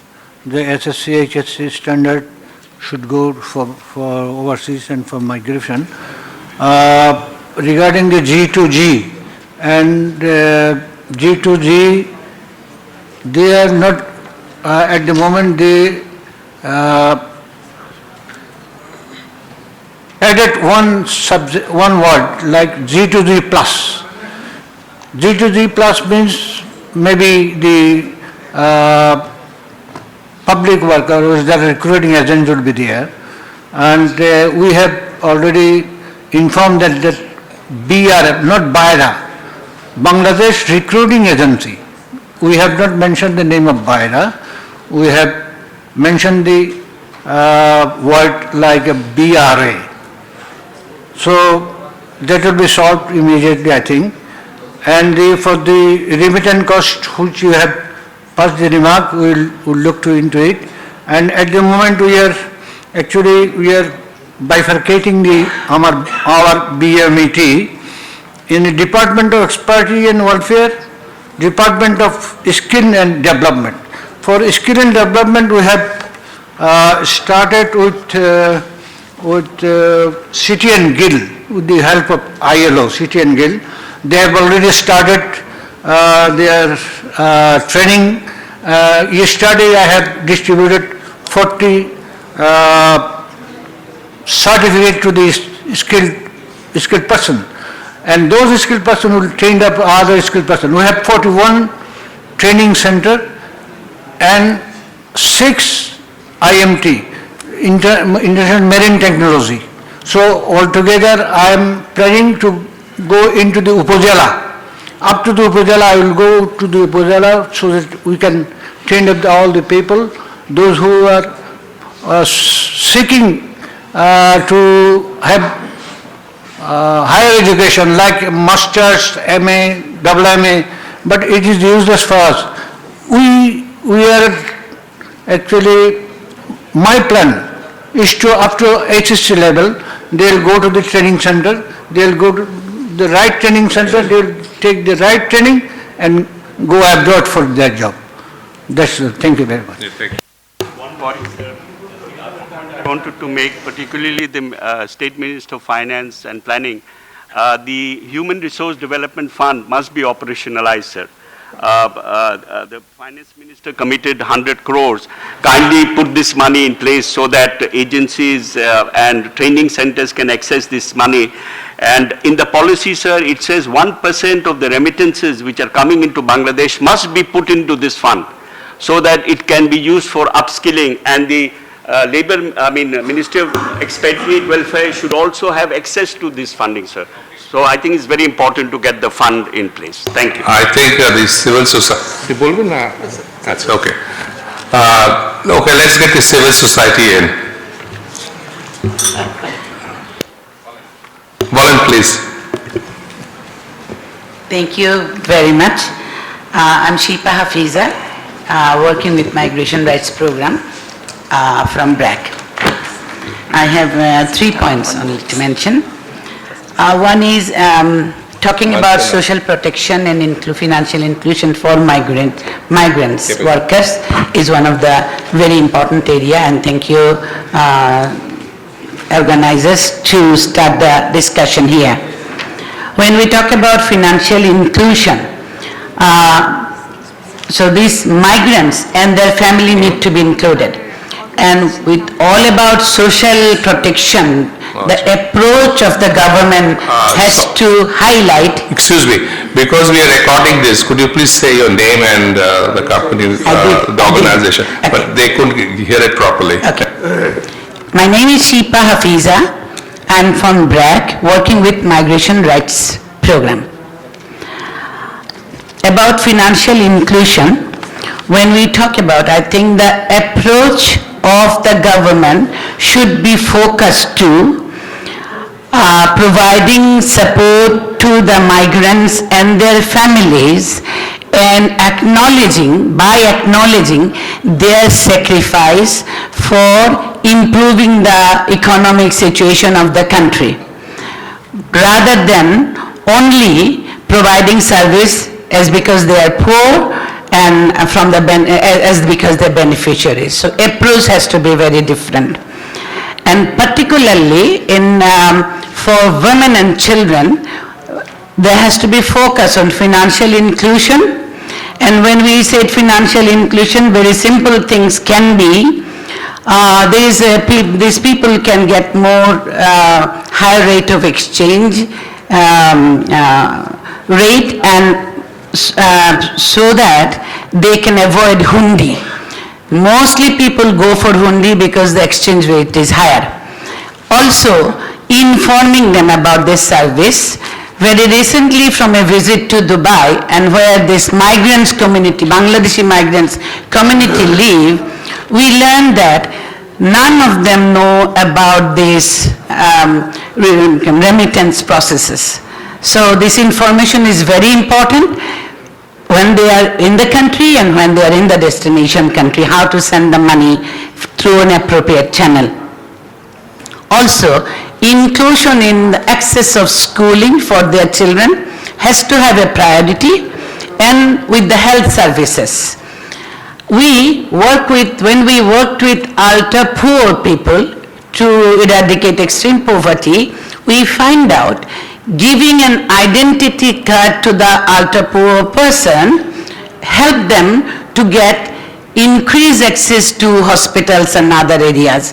So maybe for migrants and their families, we can think of something like that. My next point is on skill. As it is gaining this popularity and everybody now understand that how important it is, we need to remember when we are talking about skill of migrants, it has something different. It's not only a hard skill we are asking for. We also are asking for softer skill, which include values and cultures and norms, even the food habits of different destination countries. Therefore, talking about skill has to take migrant skill in a different consideration.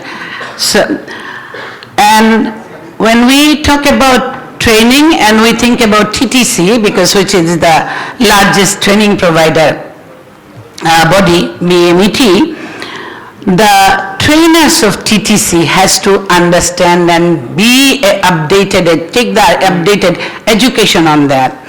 From our experience, we find out most of the trainers of TTC's backgrounds are engineering. And then they of course receive many other training. But when you are talking to the very poor women and men who are desperate to go abroad because of the livelihoods, then you need to understand their situation. So my proposal is to whoever are the trainers of TTC, there has to be exposed to the real situation of these people, the potential migrants and also the deceived migrants, and it is possible through a partnership between civil society organizations and government services. My last point about mobile cash is mobile cash transfer, which is promoted in Professor Mustafi's presentation. There is a concern about mobile cash transfer. It has two different sides.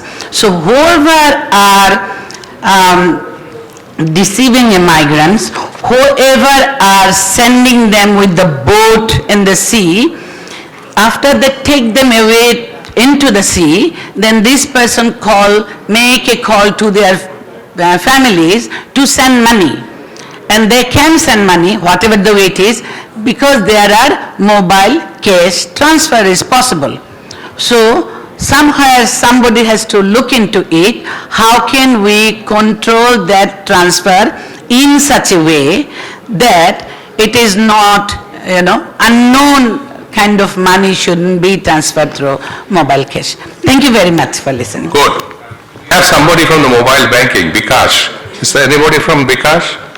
Yeah. Could you please answer, because this has come up by various speakers. What are you doing about this mobile banking? Thank you, Chair. I'm Major General Munir, retired. I represent Bikash. First of all, I would only say that mobile financial service is actually providing a service to the unbanked population, and through that we are actually bringing them within the financial inclusion, which is basically the broad concept of the central bank.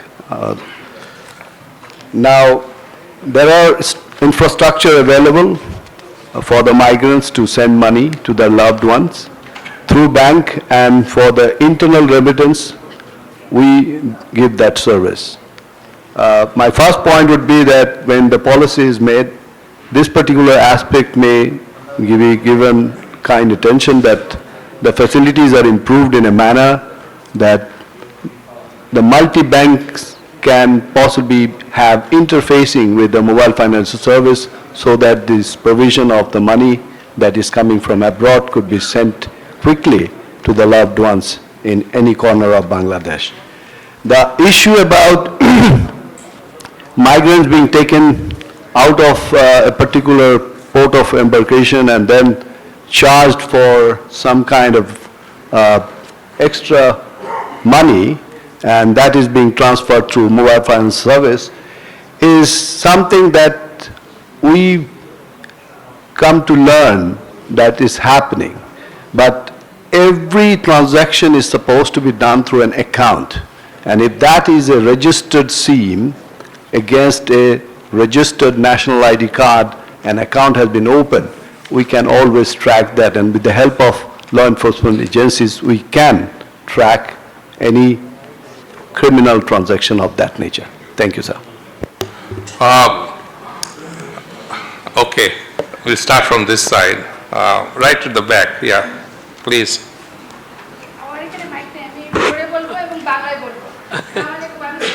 না back করে আপনাকে mic দেওয়া হবে mic পাওয়া যাবে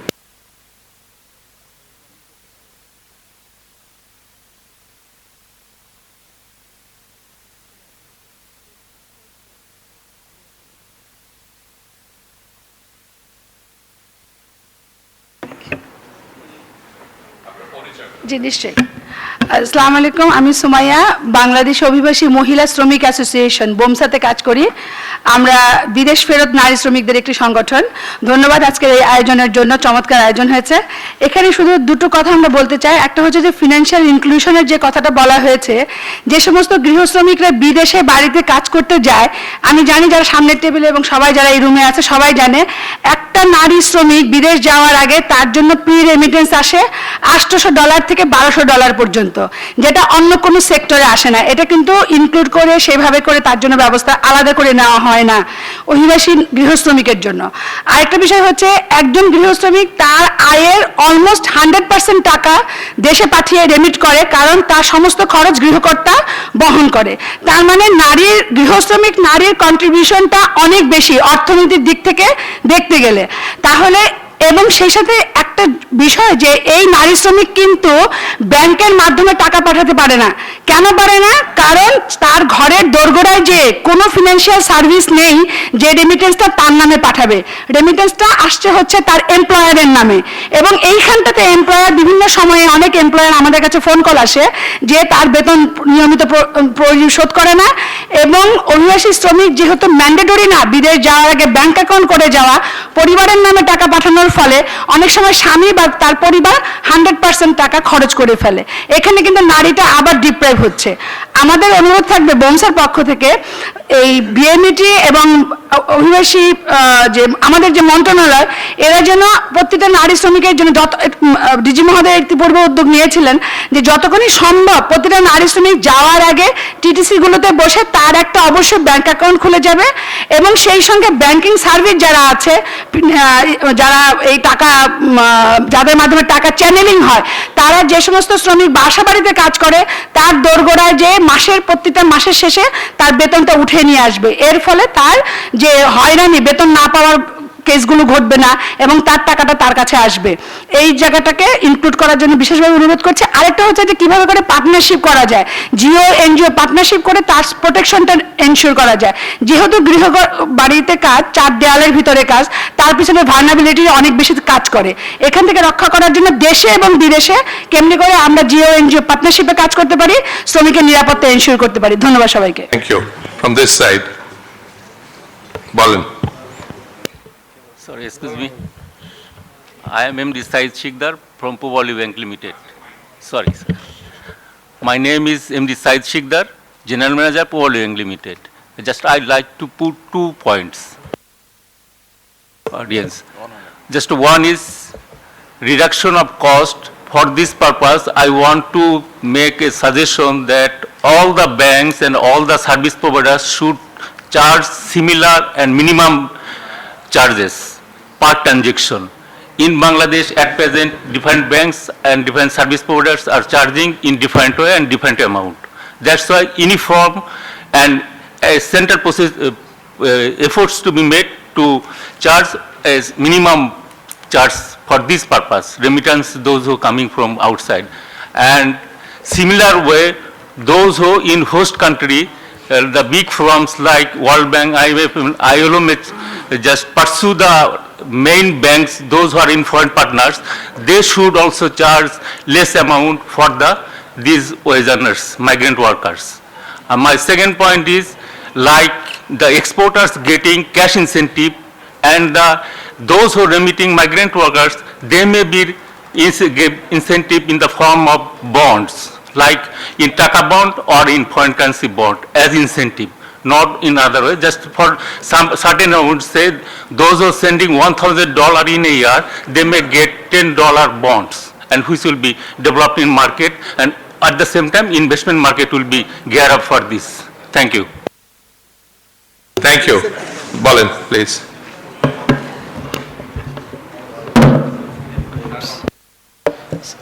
I want to reply him.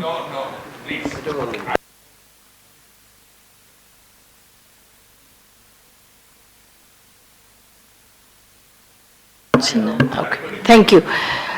আসসালামু আলাইকুম, আমি professor Ishwar Shamim, centre for women and children studies থেকে রিপ্রেজেন্ট করছি আমি এখানে, এবং আমরা একটা রিসার্চ করেছিলাম রোল অফ রিক্রুটিং এজেন্সি এরা কিভাবে কাজ করে, এবং এখানে আমরা দেখছি যে institutional arrangement in the sending and destination কান্ট্রিজটা খুবই important. I think this is a very important area, because if you really want to talk about financial inclusion and social protection issues, you have to consider what is the institutional arrangement in the sending country. If I take the sending country, that is Bangladesh, there are, as you know, local dalals are working as agents for the recruiting agencies. They are recruiting the actual aspirant migrants from the local areas, and the thing we got that the recruiting agency are dependent on the dalals, because the recruiting agencies are not known to the local population, especially men, women, all. Women mostly believe the local dalals because they are from the locality and they are easily accessible. But they are the ones who are taking extra money, and that is not accountable. No receipts are given, it's just they are given, and maybe they have wanting 2 lakhs or 3 lakhs, whatever. It depends on the type of employment they will get abroad. But the thing is, after they have given the amount that is to be paid, they are again charged extra. For example, your health checkup is not sufficient, we need more money, then they are paying extra money. See, it's exploitation within the system itself, and there's no way to track how much they are paying. Even if you talk to the dalals, and the recruiting agencies are no control of these local dalals. Even if you register them, there will be other dalals coming up. That is what happened to Philippines. They have the registration, whatever. Now, this is what is happening in the sending country. What about the destination country? In that research, we went to Malaysia and found that in Malaysia, there are agents who are Bangladeshis. These agents are placing the worker to the companies, but the companies are paying the agents their salaries. They're not paying to the direct salaries to the workers. And we have talked with the Home Ministry people. They have said there is no way we can do anything because these are Bangladeshis. Now this have to be taken up by Bangladeshi government. We cannot do anything. A lot of exploitation in there. We have to really look in, because this goes on with the amount of remittance they are going to send.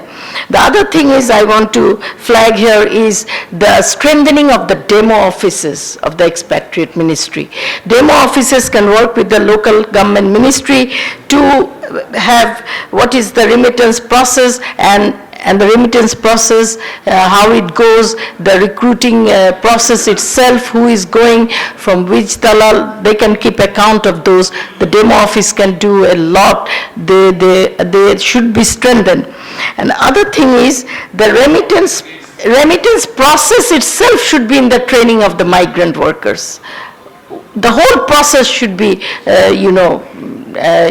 should be, what would I say, it's to be given in front of them how the remittance work, what happens and whatever. The other thing is we don't find any data where there is gender segregated information about the remittance being, how much the women workers are, what type of work, what type of remittance they are sending, and men, what type of work, what type of, how much remittance they are sending back. It's a lump sum. Thank you very much. Thank you.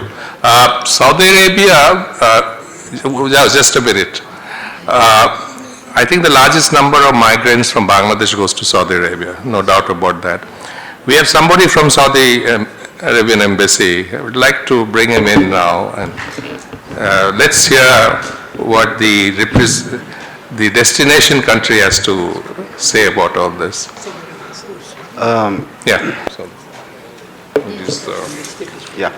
Actually, there is a lot of migrants from Bangladesh to Saudi Arabia.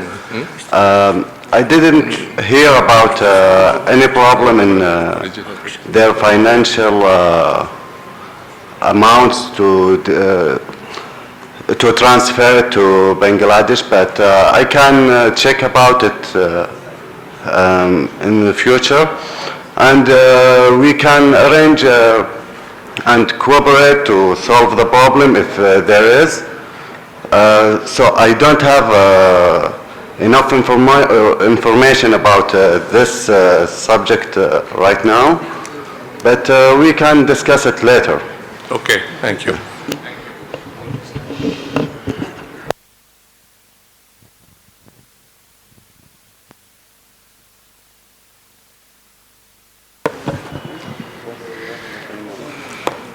Thank you, Mr. Chair. And I think we must congratulate Professor Mustafiz and CPD for making a very good. I am Munshi Faiz Ahmad, Chairman BIISS. And congratulations, Professor Mustafiz and CPD, for making a very useful and very comprehensive presentation. I am here basically to learn, because I am not an expert on this issue. So I have a few questions and clarifications that I seek, very small points. We were talking about financial inclusions, and I'm sure migrant workers, especially if there are user-friendly remittance regimes, they will definitely benefit. But I think we must also take note that migrant workers are already included in some form of financial arrangement, either the formal or the informal. Greater benefit will come to the country, because if these people are included, more and more of migrant workers are included into the formal financial system, then we'll be able to discard hawala and other illegal practices. And that will be a big benefit, money laundering and other practices, that will be a big benefit for our country. And the second issue is, I wanted to find out more about why savings in government bonds is reducing. There was a bit of a indication given by the State Bank representative, but I think there may be other reasons what we could hear from the presenters. There is another question that I have is, to what extent the migrant workers suffer from exclusion from social safety net? To this, the best, specific questions are, is there any figure or is there any research about their status before they go out? What percentage of them are below poverty level and what percentage are not below poverty level? And just another point here, that what happens when they come back? How many of them go beyond or graduate out of poverty? And two small points here, that we should enhance safeguards against trafficking. I think quite a few comments have come on this issue, but what are the possible safeguards against trafficking? And another final point is that we must further enhance efforts and initiatives at the Colombo process and the Dubai dialogue process. Thank you. Thank you. Assalamu alaikum. My name is Furqan. I'm Deputy Managing Director of NRB Global Bank. As a banker, actually it is our job to provide services to our clients, whoever they are. But since we are, and I'm particularly working for an NRB bank, our job is to look after them very well. I would, for this reason, thank Central Bank. Actually, Central Bank came up with a lot of support and a lot of guidance to us, particularly with this segment providing services to them. 3 months ago, it's about 3 months ago, we have had a meeting with the Governor of Bangladesh Bank and the chairman of our banks. And particularly with 3 NRB banks, 3 chairmen, 3 managing directors have had meeting with the governor. And they wanted to know what have you done for NRBs, because you're holding NRB signs, what have you done? You can't be a traditional banker like all other banks. Though we are providing traditional services, since then we have come up with 6 products. These are all aiming at NRBs only, and these will be launched in 1 month. And these are all, like if I can mention 1 or 2 names, like, people when they are going abroad, some of them, majority people are going for villages, some of them do sell their own properties and things like that, and they, they take loans from here and there and they go. What we have done, we have understood the needs, and then in view of that we have taken some, can we provide them some sort of assistance in actually arranging their ticket or whatever. So this is a product we are actually coming up, and also coming up with some assistance to their children for providing education. So like this, we are coming up with 6 new products in 1 month. And also the other, I mean, I'll be talking only on financial inclusion point of view, only 3-4 recommendations. The other one is, as you all know, new banks have come up with ratio licenses, like, if you have 1 branch in the city, you have to have 1 branch in the villages. Whereas we are all aware that having branches in villages, meaning that initially 3, 4, 5 years, you will not see your bottom line growing up. So we incur losses. I would say agent banking or mobile banking that have come up, again, central bank has done wonderful job. With their guidance that they have given, I mean, I think this, if we can put emphasis further on this, probably we will deliver remittances, incoming remittances to people without having our branches, representation at those branches. Okay. The other point I want to make up, create awareness amongst beneficiaries of remittances so that they can ask their remitters to send money through authorized channel. Could you please shorten it? Yeah. The other one is recommend, we don't actually know from which locality people are actually going abroad. It is difficult, we want to reach to them. We would recommend publishing a detailed location map of areas where these migrant workers live. That will help bankers to reach to them. Okay. Thank you. Thank you.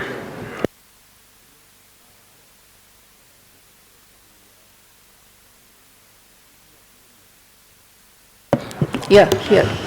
This side. Right? Yeah. Yeah. Thank you for giving me the floor. I am Shamsul Nahar, Director General, Bureau of Manpower, Employment and Training. The mandate of BMET is major 3-part. One is giving the clearance before going to overseas employment, and another one is welfare of the expatriate worker, and third one is impart skill training. So regarding training, I would like to mention here that what our Honorable Minister already mentioned, that we have 41 technical training center is running and 6 IMTs, that means Institute of Marine Technology.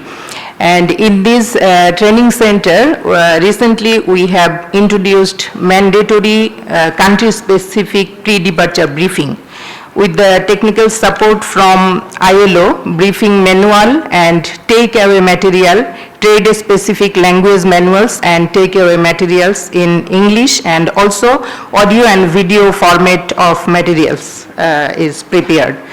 And TOT is complete. Through this material, we are providing the briefing.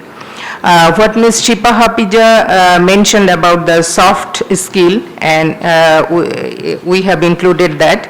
We have included that the destination country's culture, food habit, law and order situation, relevant laws and regulations of destination countries are included through the multi-stage discussion and consultation with various stakeholders. What the Bangladesh Bank, BEES and other participants mentioned, suggested regarding financial literacy, we would like to offer that whatever the latest package or product they have, if they inform us in writing, we could include in our briefing material so that we can communicate. Thank you very much. Thank you. Let's hear a banker, MD Magna Bank. Thank you very much. I will just be very short. Banks has manifold roles in bringing remittance and disbursing it to the actual beneficiary. My specific point is this: during the 80s, when the migrant workers left for abroad, BMET has to arrange a training program. And I personally spoke to many programs like that about the remittance and other things. And original's account was compulsory then, so that they can remit fund through this account. Now also we can arrange some pre-training here before the departure. Even in the airport also, or in BMET or Basel, we can arrange this training. Bankers will be happy to train them regarding remittance and their product, because every bank has many agency arrangement all over the world nowadays, including Japan and South Africa also. So bankers may play a role in training pre. Now what we do? We visit abroad and speak to clusters of Bangladeshi people in Malaysia, in Saudi Arabia, in many points. Instead of that, if we can train them before leaving the country, that may be one good point. Banks has many asset and liability products for these expatriates. We give higher rate of interest for a saver of remittance, and of course charge low for their small needs. The shop, the house repairing or house building, banks are usually charges less interest rate than. So another thing can be done. We deduct many charges for government. We deduct excise duty, taxes, income tax, many things. There can be investment fund for the expatriates, and banks can deduct it if the government or Bangladesh Bank decides that taka 10 to 100 to 1000 can be deducted as per the ticket of the remittance. Thank you. The problem is the time management. And now I have a minister on my right. He's a very busy minister. He has to leave at 12:30. He has tons of files to sign. That's what he's telling me. Then I also have another very important minister. He has to also, he has no flight. So I'm very short. I can take maximum another 3 questions because we have to sum up and we would like both the ministers to say a few words. So let me finish and then you can talk. Let me finish first. Okay? Thank you. So once I finish, please put it off. Yeah. So I can only take 3 or 4 questions as long as you keep to the time frame of maximum 3 to 4 minutes. Thank you. I just wanted to tell you that we are the trade union leaders over here, and we, on behalf of trade union, would like to say something. Thank you, Chair, and thanks to Mustafiz Rahman for such a good presentation. I am Dr. Wajid Islam Khan, General Secretary Bangladesh Trade Union Center, and I, on behalf of the SCOP also, many of us leader is here from Shramik Karmachari Parishad. So actually, since the chair said that 3 or 4 questions, so I want to be very short on that. That problem in our country starts from recruiting to sending country. All the way process, there is a big problem. Recruitment, during the recruitment is such a way that there is no education, no background, no trade-wise, just recruit and send it. So pre-departure training is very weak. That should be more strengthened. Second point is that in the airport there is very big harassment. On the way when they go and the way when they come back. So there should be separate desk in the airport for the migrant worker that should be ensured. It is very important. And pre-departure training, particularly with the subject-wise, which service he is going for or not, that pre-departure type of training is very important. Not that just to give some preliminary A, B, C, D or some English knowledge or this and that. Our Prime Minister said that why not Bangla 100%? It's not possible that foreigners will learn Bangla for our job opportunity. So it is we have to improve our education, at least pre-departure training during that the education, minimum say 3 to 4 weeks education program should be there. And the main problem is there in the sending country. So sending country, when a worker a migrant worker goes, he practically does not get the proper job. That is the big thing, and does not avail the trade union facilities also. We don't say that the trade union facility will be at overnight, but if the problem arises how they can reach the embassy, that is very important. Maybe mobile phone system that can be introduced, and our embassy should be very strong enough to solve the issue of the workers over in the overseas or in the sending country. And you know, just was last point, 2 points I just want to say, that in the sending country, as per UN Charter, it is clearly mentioned whatever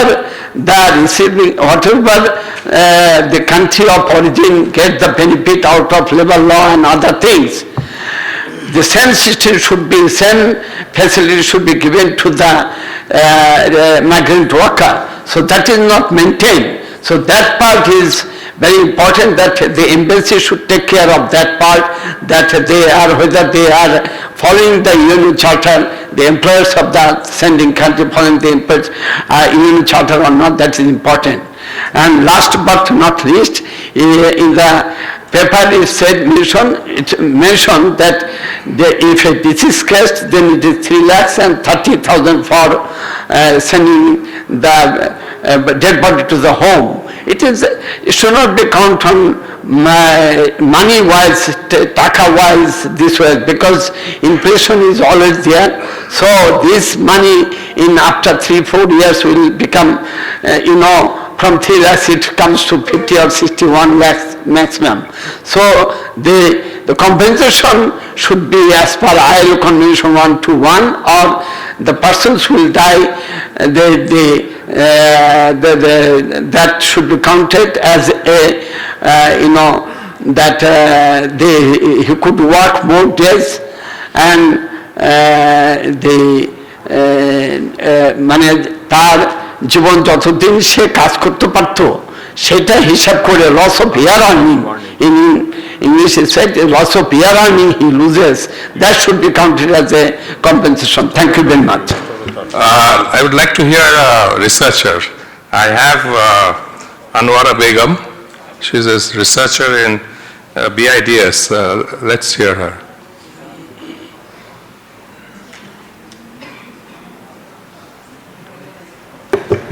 Assalamu alaikum. Thank you, Chair, as well as the presenter. A lot of information has been shared by all the participants, and I would like to thank you for that. I have very few inputs to give, but I think that needs to be articulated. Number one, Minister has mentioned the Probashi Kullan Bank. I think with the discussions I had with some of them, I found that there is a crying need for strengthening the services that the Probashi Kullan Bank gives to the people. Then my second point is that if it is possible, is it feasible to lessen the bank fee in favor of the remitter? If it is possible, Probashi Kullan Bank as well as all the other banks may consider lessening, so that they get more motivated, lessening the transfer fee. Now, I really endorse the pre-departure orientation training on financial transaction, but I would like the banks to consider using Bangla as a language as well as English, so that they get oriented in both the languages. Okay.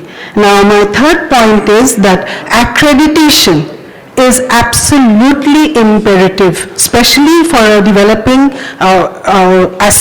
aspiring country like Bangladesh, because we have to compete in the global arena.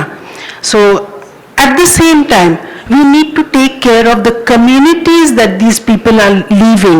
They have certain cultural values, they have norms. These have to be taken into cognizance by those people who are training them, so that they get prepared for the type of society that they will be mingling in.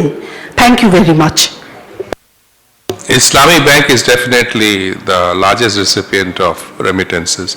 So they have tons of experience in this line. Let's hear the Islamic Bank.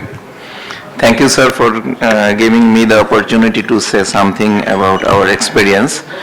Actually, every day,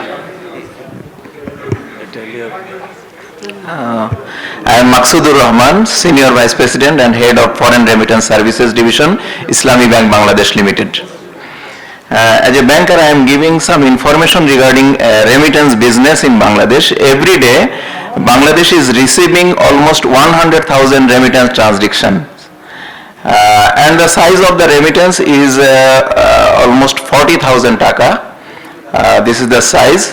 And IBBL is the leader in remittance business. We are handling 1/3 remittance transaction of the country.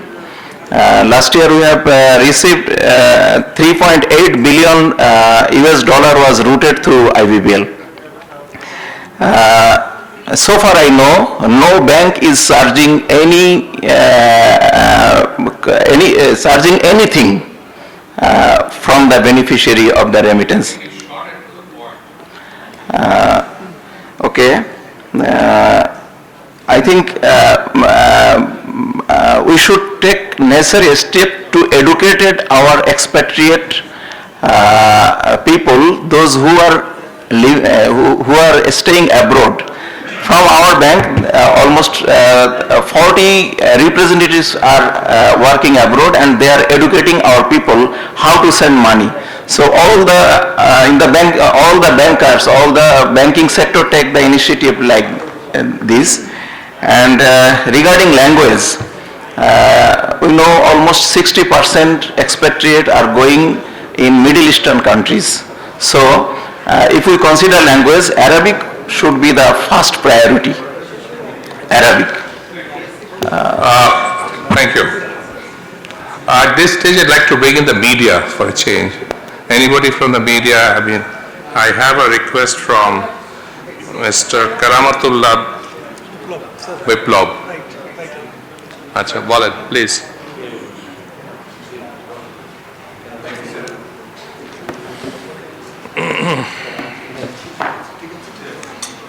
Thank you, sir. This is Karamatullah Biplab, Special Correspondent, ATN Bangla.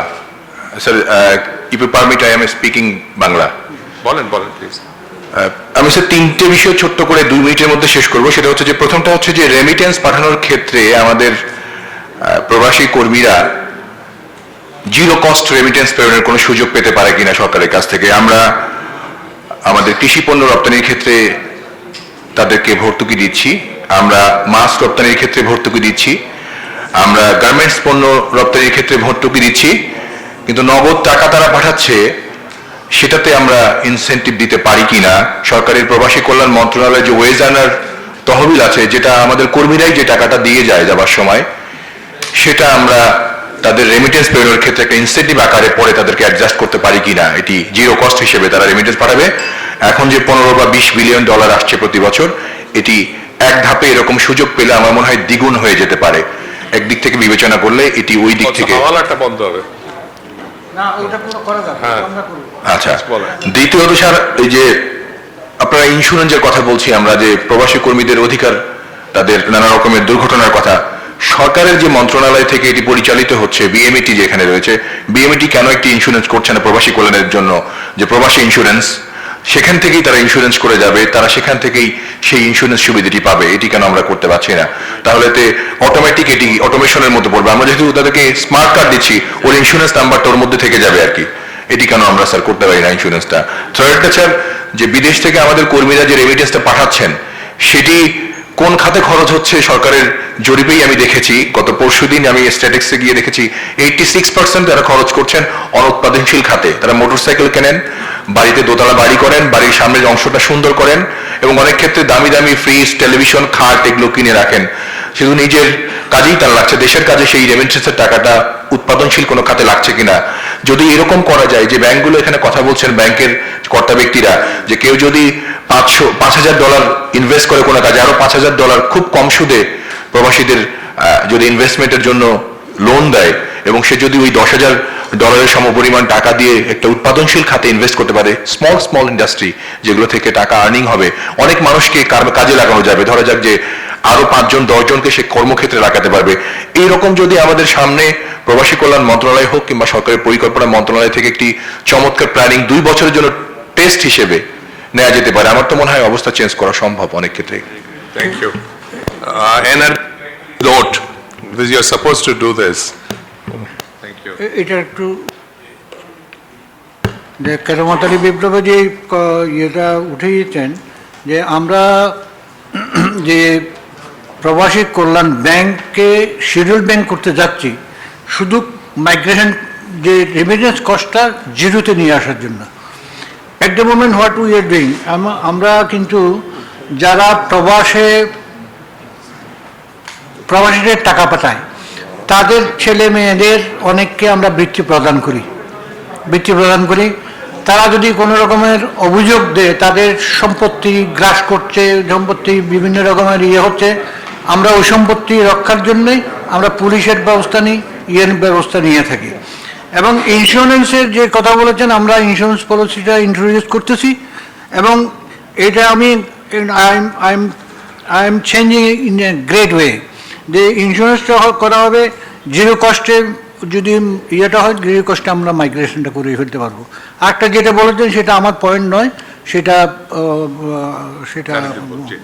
আচ্ছা, উনি যেটা বললেন Keramatullah Biplob, it's actually a product, মানে bank should give a product. We have another banker, আপনি কিছু বলবেন এই product সম্বন্ধে কি বলবেন? যেটা $5,000 যদি পাঠায় তাহলে আবার $5,000 ব্যাংক দেবে, সেটা দিয়ে কোনো উৎপাদনশীল খালে বিনিয়োগ করতে হবে। জাস্ট উনি একটা এক্সাম্পল দিলেন, amount can be changed, I think. Exactly ওইটাই। Assalamu alaikum, sir. আমার নাম I'm Zakir Hussain, Deputy Managing Director, Mutual Trust Bank. Sir, before I go into the question, I have two things to say. Number one, to safeguard the interest of the migrant workers, and the other is the financial inclusion. So, for safeguarding the interest of the migrants, many things have been said, but my point is our mission, the remittance which are being sent from the overseas countries, the remitter or the remitters who send their remittance, their earnings, they can be inspired by the missions abroad to just send their money through the legal channels, so that they don't follow the illegal means of just remitting the money, number one. And as to the financial inclusion, many things are being done presently by the bank. They're given concessional interest rate on their savings, and as Mr. Biplav has said, that whether if they remit $5,000, they can be given loans equivalent to their the loan amounts, the amount they remit.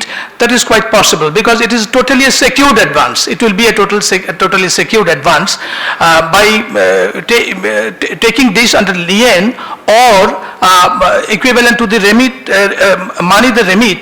This can be considered for giving support to their families. That is. I mean, the proof of the pudding is in eating, so your bank should start what Biplav has suggested. Okay, sir, we shall try. Start in a small way. Sir. Okay. And may I say something more? Sir, study can be conducted by my suggestions. Study can be conducted by CPD jointly with the Ministry of Expatriates, Welfare and Overseas Employees, and to identify the fields which can be taken into consideration for depending on for improving the lot of the migrants and their families, and poverty can be alleviated. So an extensive study can be conducted, my suggestions, and in that study central bank also can be included to come up with a suggestion so that the banks may accept it and they go for it. Thank you, sir. Sorry, gentlemen, it's 12:35. I can't take any more questions because we have two ministers to sum up or give their thoughts, and also the secretary.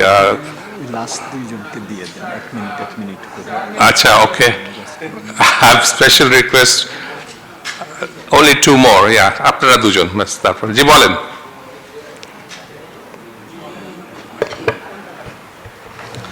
Thank you, sir, for giving me the floor. The first question, my name is Ali Hussain Pradhania. I am General Manager, Ogroni Bank. We are the second remittance collector. Acha. And my points would be a bit different because I had the opportunity to work with the expatriates for 6 years in Singapore. So the question, the cost of migrant cost actually, In my opinion, the main obstacle of the export of the manpower is cost of migration. Sometimes it is 12 to 15 months salary and the contract is for 1 year. Definitely create remittance by creating competition among themselves. So these are the issues. And another one thing, sir, I think Dr.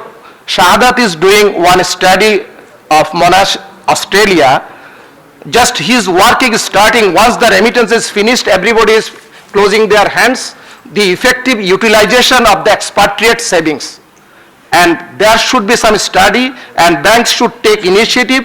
If whatever the savings of the expatriate, say it is 50,000 or 100,000 or 200,000, the bank should come up with the proposal to provide with the same quantum of loan, maybe at a cost of fund or maybe the lower than the cost of fund. Thank you, sir. Thank you for giving me the floor. Thank you, sir. My name is Shakirul Islam and I am representing a migrant workers organization here. আমার কাছে যেটা মনে হচ্ছে in the whole discussion we have missed one important group of migrants who are somehow undocumented or irregular in the countries of destination. Because we know there are many migrant workers, including women, who are forced to be undocumented in different contexts of passport, and that's why they face this unfortunate situation. So what is my suggestion is like that if we talk about the financial inclusion and all the remittances and development and all these things, that we need to have a very clear idea and very clear indicator to set the social protection of the migrant workers, including those who have no documents, including those who are irregular in somehow in different contexts. আমরা যখন ইয়ের থেকে বিদেশে কোনো কর্মী মারা যান, we provide them 35,000 টাকা instantly in the বিমানবন্দরে আমরা instantly 35,000 দিই। পরবর্তীতে তার পরিবারকে আমরা 3 লক্ষ টাকা কম্পেনসেশন দিই। প্লাস যদি তারা কোনো ভালো ইয়েতে চাকরি করে তাদের সাথে আমরা যোগাযোগ রক্ষা করে তাদের থেকে কিছু আদায় করতে বললে that money is to transfer to the যে আসবে তাকে তার পরিবারকে আমরা দিয়ে দিই।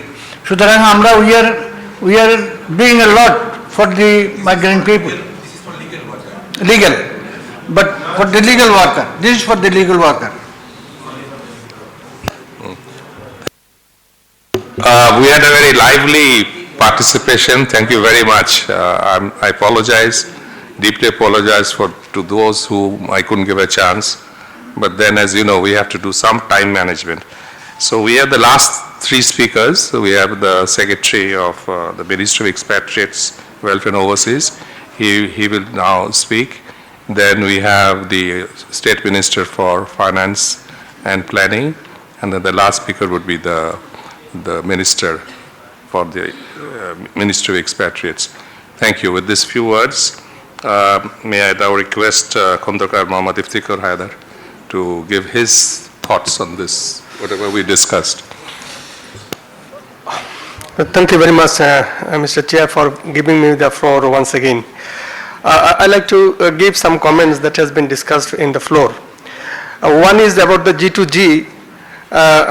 I'd like to mention it because a lot of perceptions about this mechanism. The G2G, we have introduced these things only on 3 aspects in our mind. One is to reduce the migration cost, and another is to reduce the role of the middleman, and lastly to stop the visa trading. And this has been our success area. And this has been also appreciated by the ILO. The G2G process is working well, especially in the South Korea and also in Malaysia.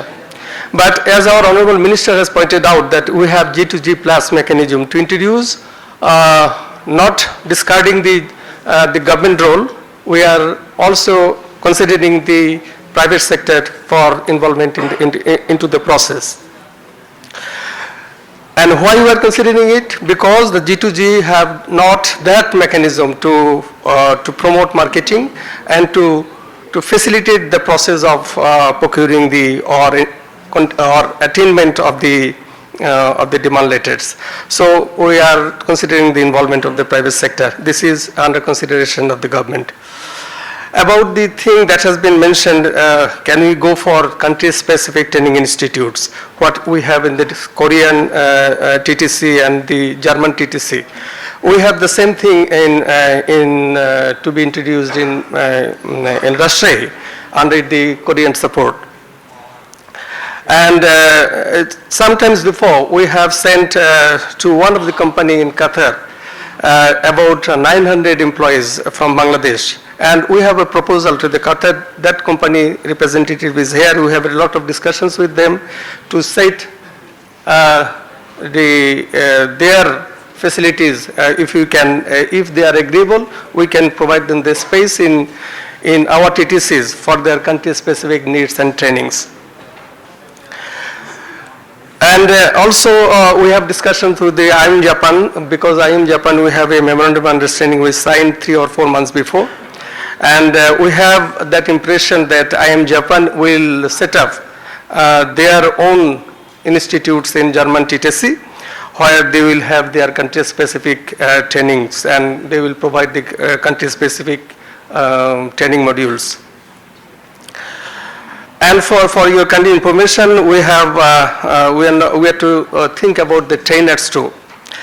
For their development, we have an institute to be developed in the TTC Korea under the assistance from Islamic Development Bank. And for opening of the bank account, we are seriously considering these things. Whenever our workers will go abroad for foreign employment, they are to open a bank account. For this, we have to commercialize our Probashi Kalyan Bank into a commercial entity. That is why we have proposed a proposal to the Finance Division. Our Honorable State Minister is here. I will request him to expedite the matter so that we can go for. Another is about the legal workers that has been mentioned by our lady colleagues. Their agents in Malaysia, they are taking the money, not the workers. I think they are the illegal workers. They are going there in Malaysia in the name of students, they are going there in the name of tourists. So they are dependent upon the agents from where they have gone to Malaysia. So they are not getting money straight from the employer. About the informations of the workers working in 160 countries abroad.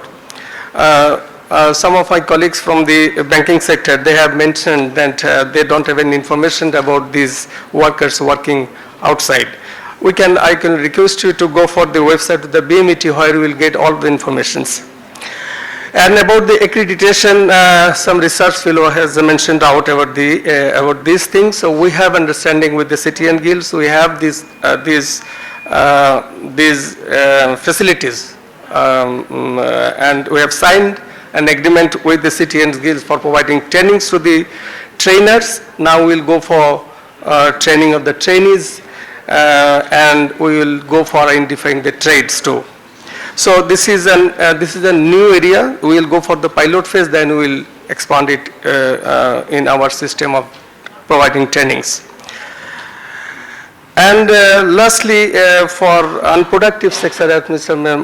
Kramutala Biplav had pointed out, we are giving loan. Those who are coming back as returnees here from the Probashi Kalyan Bank. The same thing, if you can go for commercialization of the bank, we can go for these things through without any cost involvement, because this is their money. We can use it. With these few comments, I'd like to conclude here. Thank you very much. Thank you. May I request the Honorable State Minister for Finance and Planning, Mr. M.A.M. Mandan MP, to give his views on today's subject. No minutes for you. No. Thank you very much. As usual, let me begin by thanking CPD, and in this case ILO, and of course government of ministry in the Ministry of Expected Welfare, etc., and others who are here this morning for a discussion on a very important issue of national concern. As we have just launched our 7th five-year plan yesterday, you know, we need a whole lot of money. We need a lot of money, much more than before. And here is one source which has been sustaining us over the years, perhaps the number one in this country, I would say. These people working abroad, they are the ones who have been sending all the remittances by which we are making a way forward in the 21st century in the modern economy. So the welfare and importance of these people, I just can't say more than what we have said. I thank Dr. Mustafiz for a very well prepared paper, and then for brief comments by Dr. Zahid of World Bank. We are learning. We in the government, we are learning. We who are in the business of politics, including my senior minister here, maybe we don't know the details about the inner workings of the banking system and you know, the workings in the people who send people abroad. But at the end of the day, we are responsible for seeing that this is done well. Whenever you go to our constituents or voters, we answer a whole lot of questions. And we can't give out theories and, you know, various details. We have to say why this has happened. Our voters don't wait for long, windy explanations. So we are trying to cover up that, and for that we need your help, the guidance from you, tips from you, so we can both address our needs for money and also a need to keep the people at large satisfied and informed about what's happening here. The things that have come out from discussion, there are a lot of good things have come, but I won't pick up all of that. A few ones. Training, it's clear. We need a lot more training than we have now. Our people are less skilled than average ones who go abroad, and as a result, we earn less, quite obviously. So we have to do a lot more here, and I'm sure ILO's presence here with their experience, global experience I would say, and their mandate, we can expect much bigger support from ILO in the future than before. But then again here, we have to do more than we are doing now. Our government has turned its attention towards the training aspect. We have launched many new programs, including the Ministry of Expected Welfare and in the other ministries also. So I'm sure we just can't do it overnight, but we have to have patience, and I'm sure we'll catch up very soon. But there will be a lot of work in this area. But perhaps the most important thing here has been the role of banks, the financial institutions. Remittances, that's what we are here for. And these are the banks and the financial institutions where we have to do much more work than we did before. I'm really surprised that PKB, Probashi Kollar Bank, why it was launched in a half-hearted way, why was it not a scheduled bank to handle, you know, what the minister has said about receiving remittance, etc. But of course, if there is a pending paper in the Ministry of Iftihar, we can look into it. As far as I am concerned, I have my boss there. He is not here today, of course. But I will see that this is clear unless there is some very big policy matters which we'll work out in the ministry. Probashi Kollar Bank and other banks who are NRBs and others, if they can be also given this commercialization, as you say, so that they can do retail banking, I'm sure this will be a good step forward.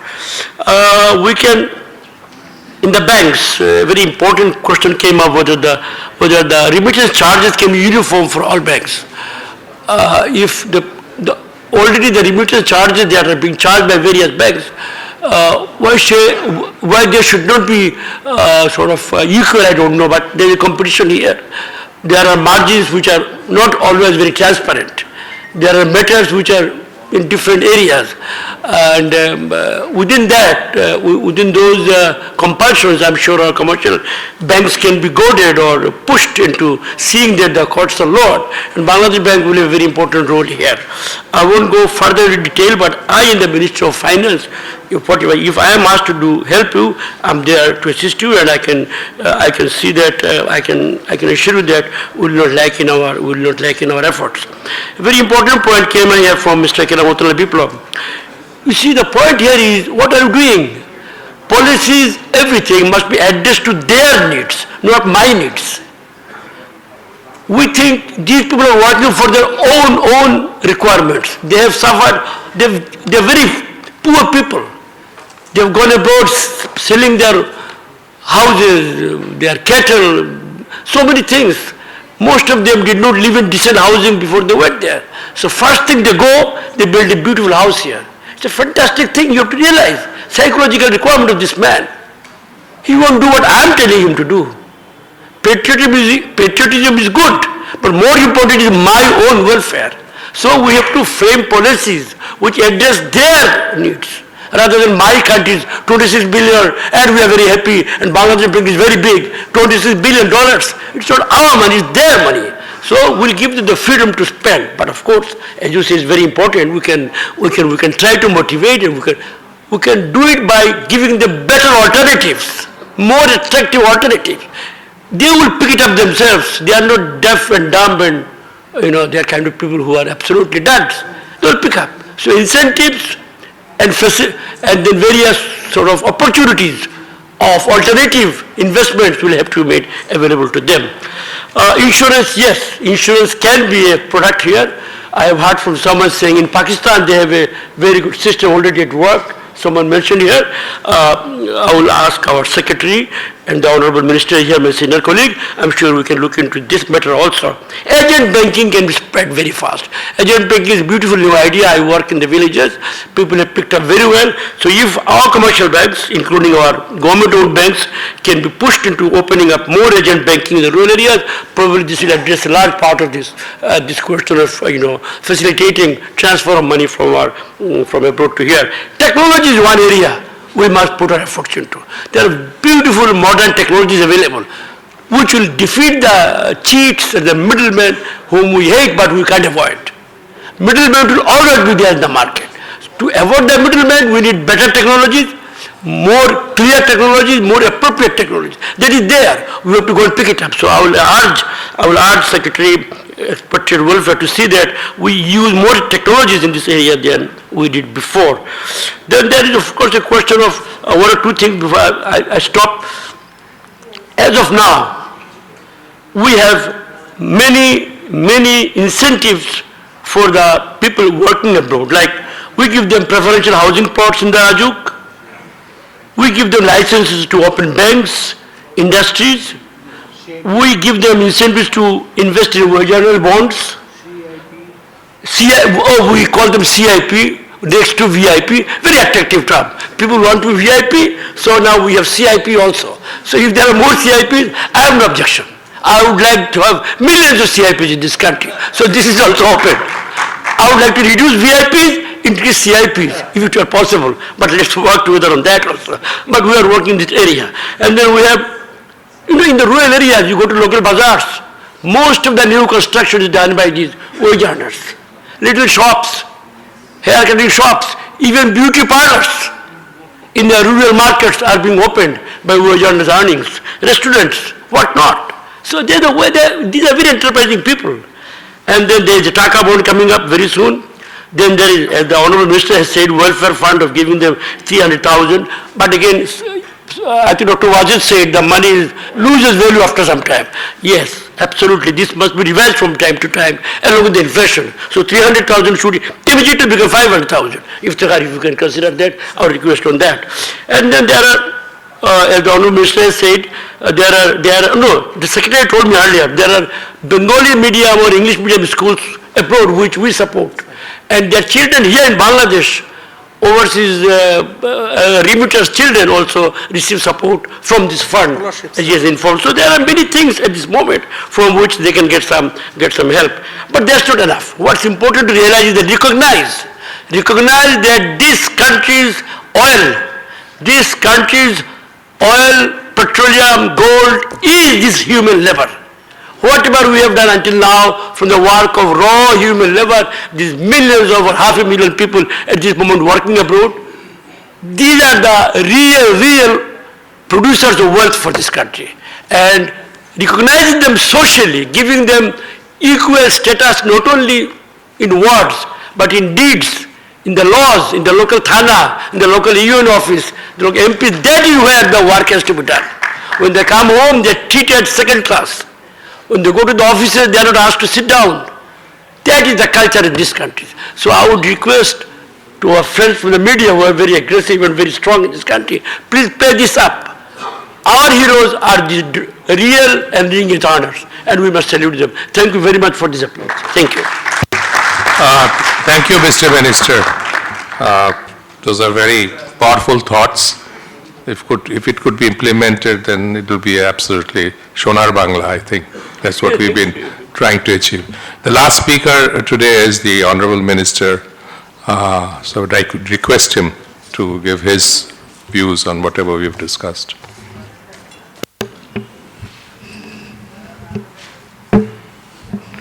Thank you, Mr. Chair. Good afternoon to you all, who have almost come to the close of a very engaging dialogue on safeguarding interest of Bangladeshi migrant workers, issue of financial inclusion and social protection.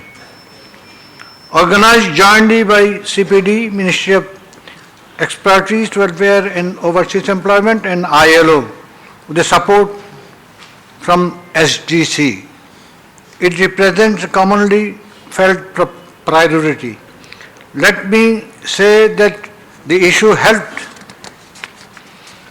bring together diverse organizations, government workers, employers workers, NGOs, academicians, private sectors, migrant workers, organizers for considering ways to improve the well-being of our migrant workers. Remittance undoubtedly are an important livelihood strategy for Bangladeshi households. We discussed that remittance have played a significant role in survival and recovery from global financial crisis, which began in later half of 2007. All of us know that remittance bring the foreign exchange much needed by the country and its private sectors. So our migrant workers are a major driving force behind Bangladesh's move towards the mid-income country. Ladies and gentlemen, as we discussed, majority of migrant workers from Bangladesh are low-income earners and thus small remittances. Financial inclusion of these small remittances is a priority. It is not enough just to have a simple saving account. The banking sector, and we need to think of ways we can provide the migrant workers and their families the access to the types of formal financial services which are available to other income groups. In the absence of access to the variety of financial services, closer to where workers' families are, informal mechanisms become the main source of financing as well as routing the remittances. The government has made efforts to them.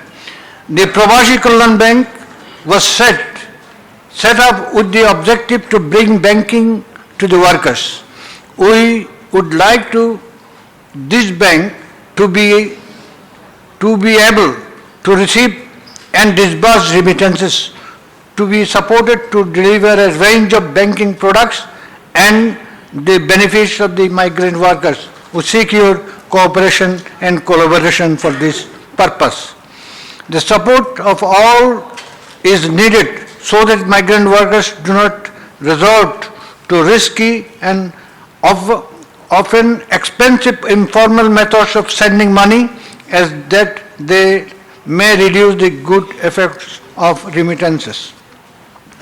The government would like the cost of remittances to Bangladesh to be low.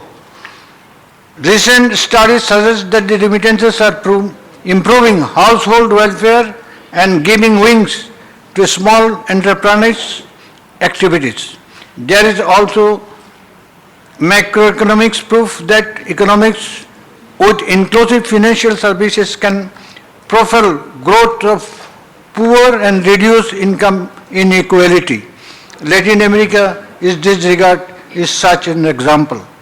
Distinguished guests, I am making a point that while my ministry, the Earners Welfare Board and the BMAT are doing as much as possible to provide social protection mechanism to migrant workers, there is much more that others can also do. With the technical and financial support of ILO and SDC respectively, we have advanced in legal, policy and institutional strengthening for better social protection in workers. We have also improved recruitment regulations, delivery of range of services which are a drain on the workers' time, sources and welfare. We still have miles to go in all these areas. We would like you all to be with us in this journey. Recent studies have showed that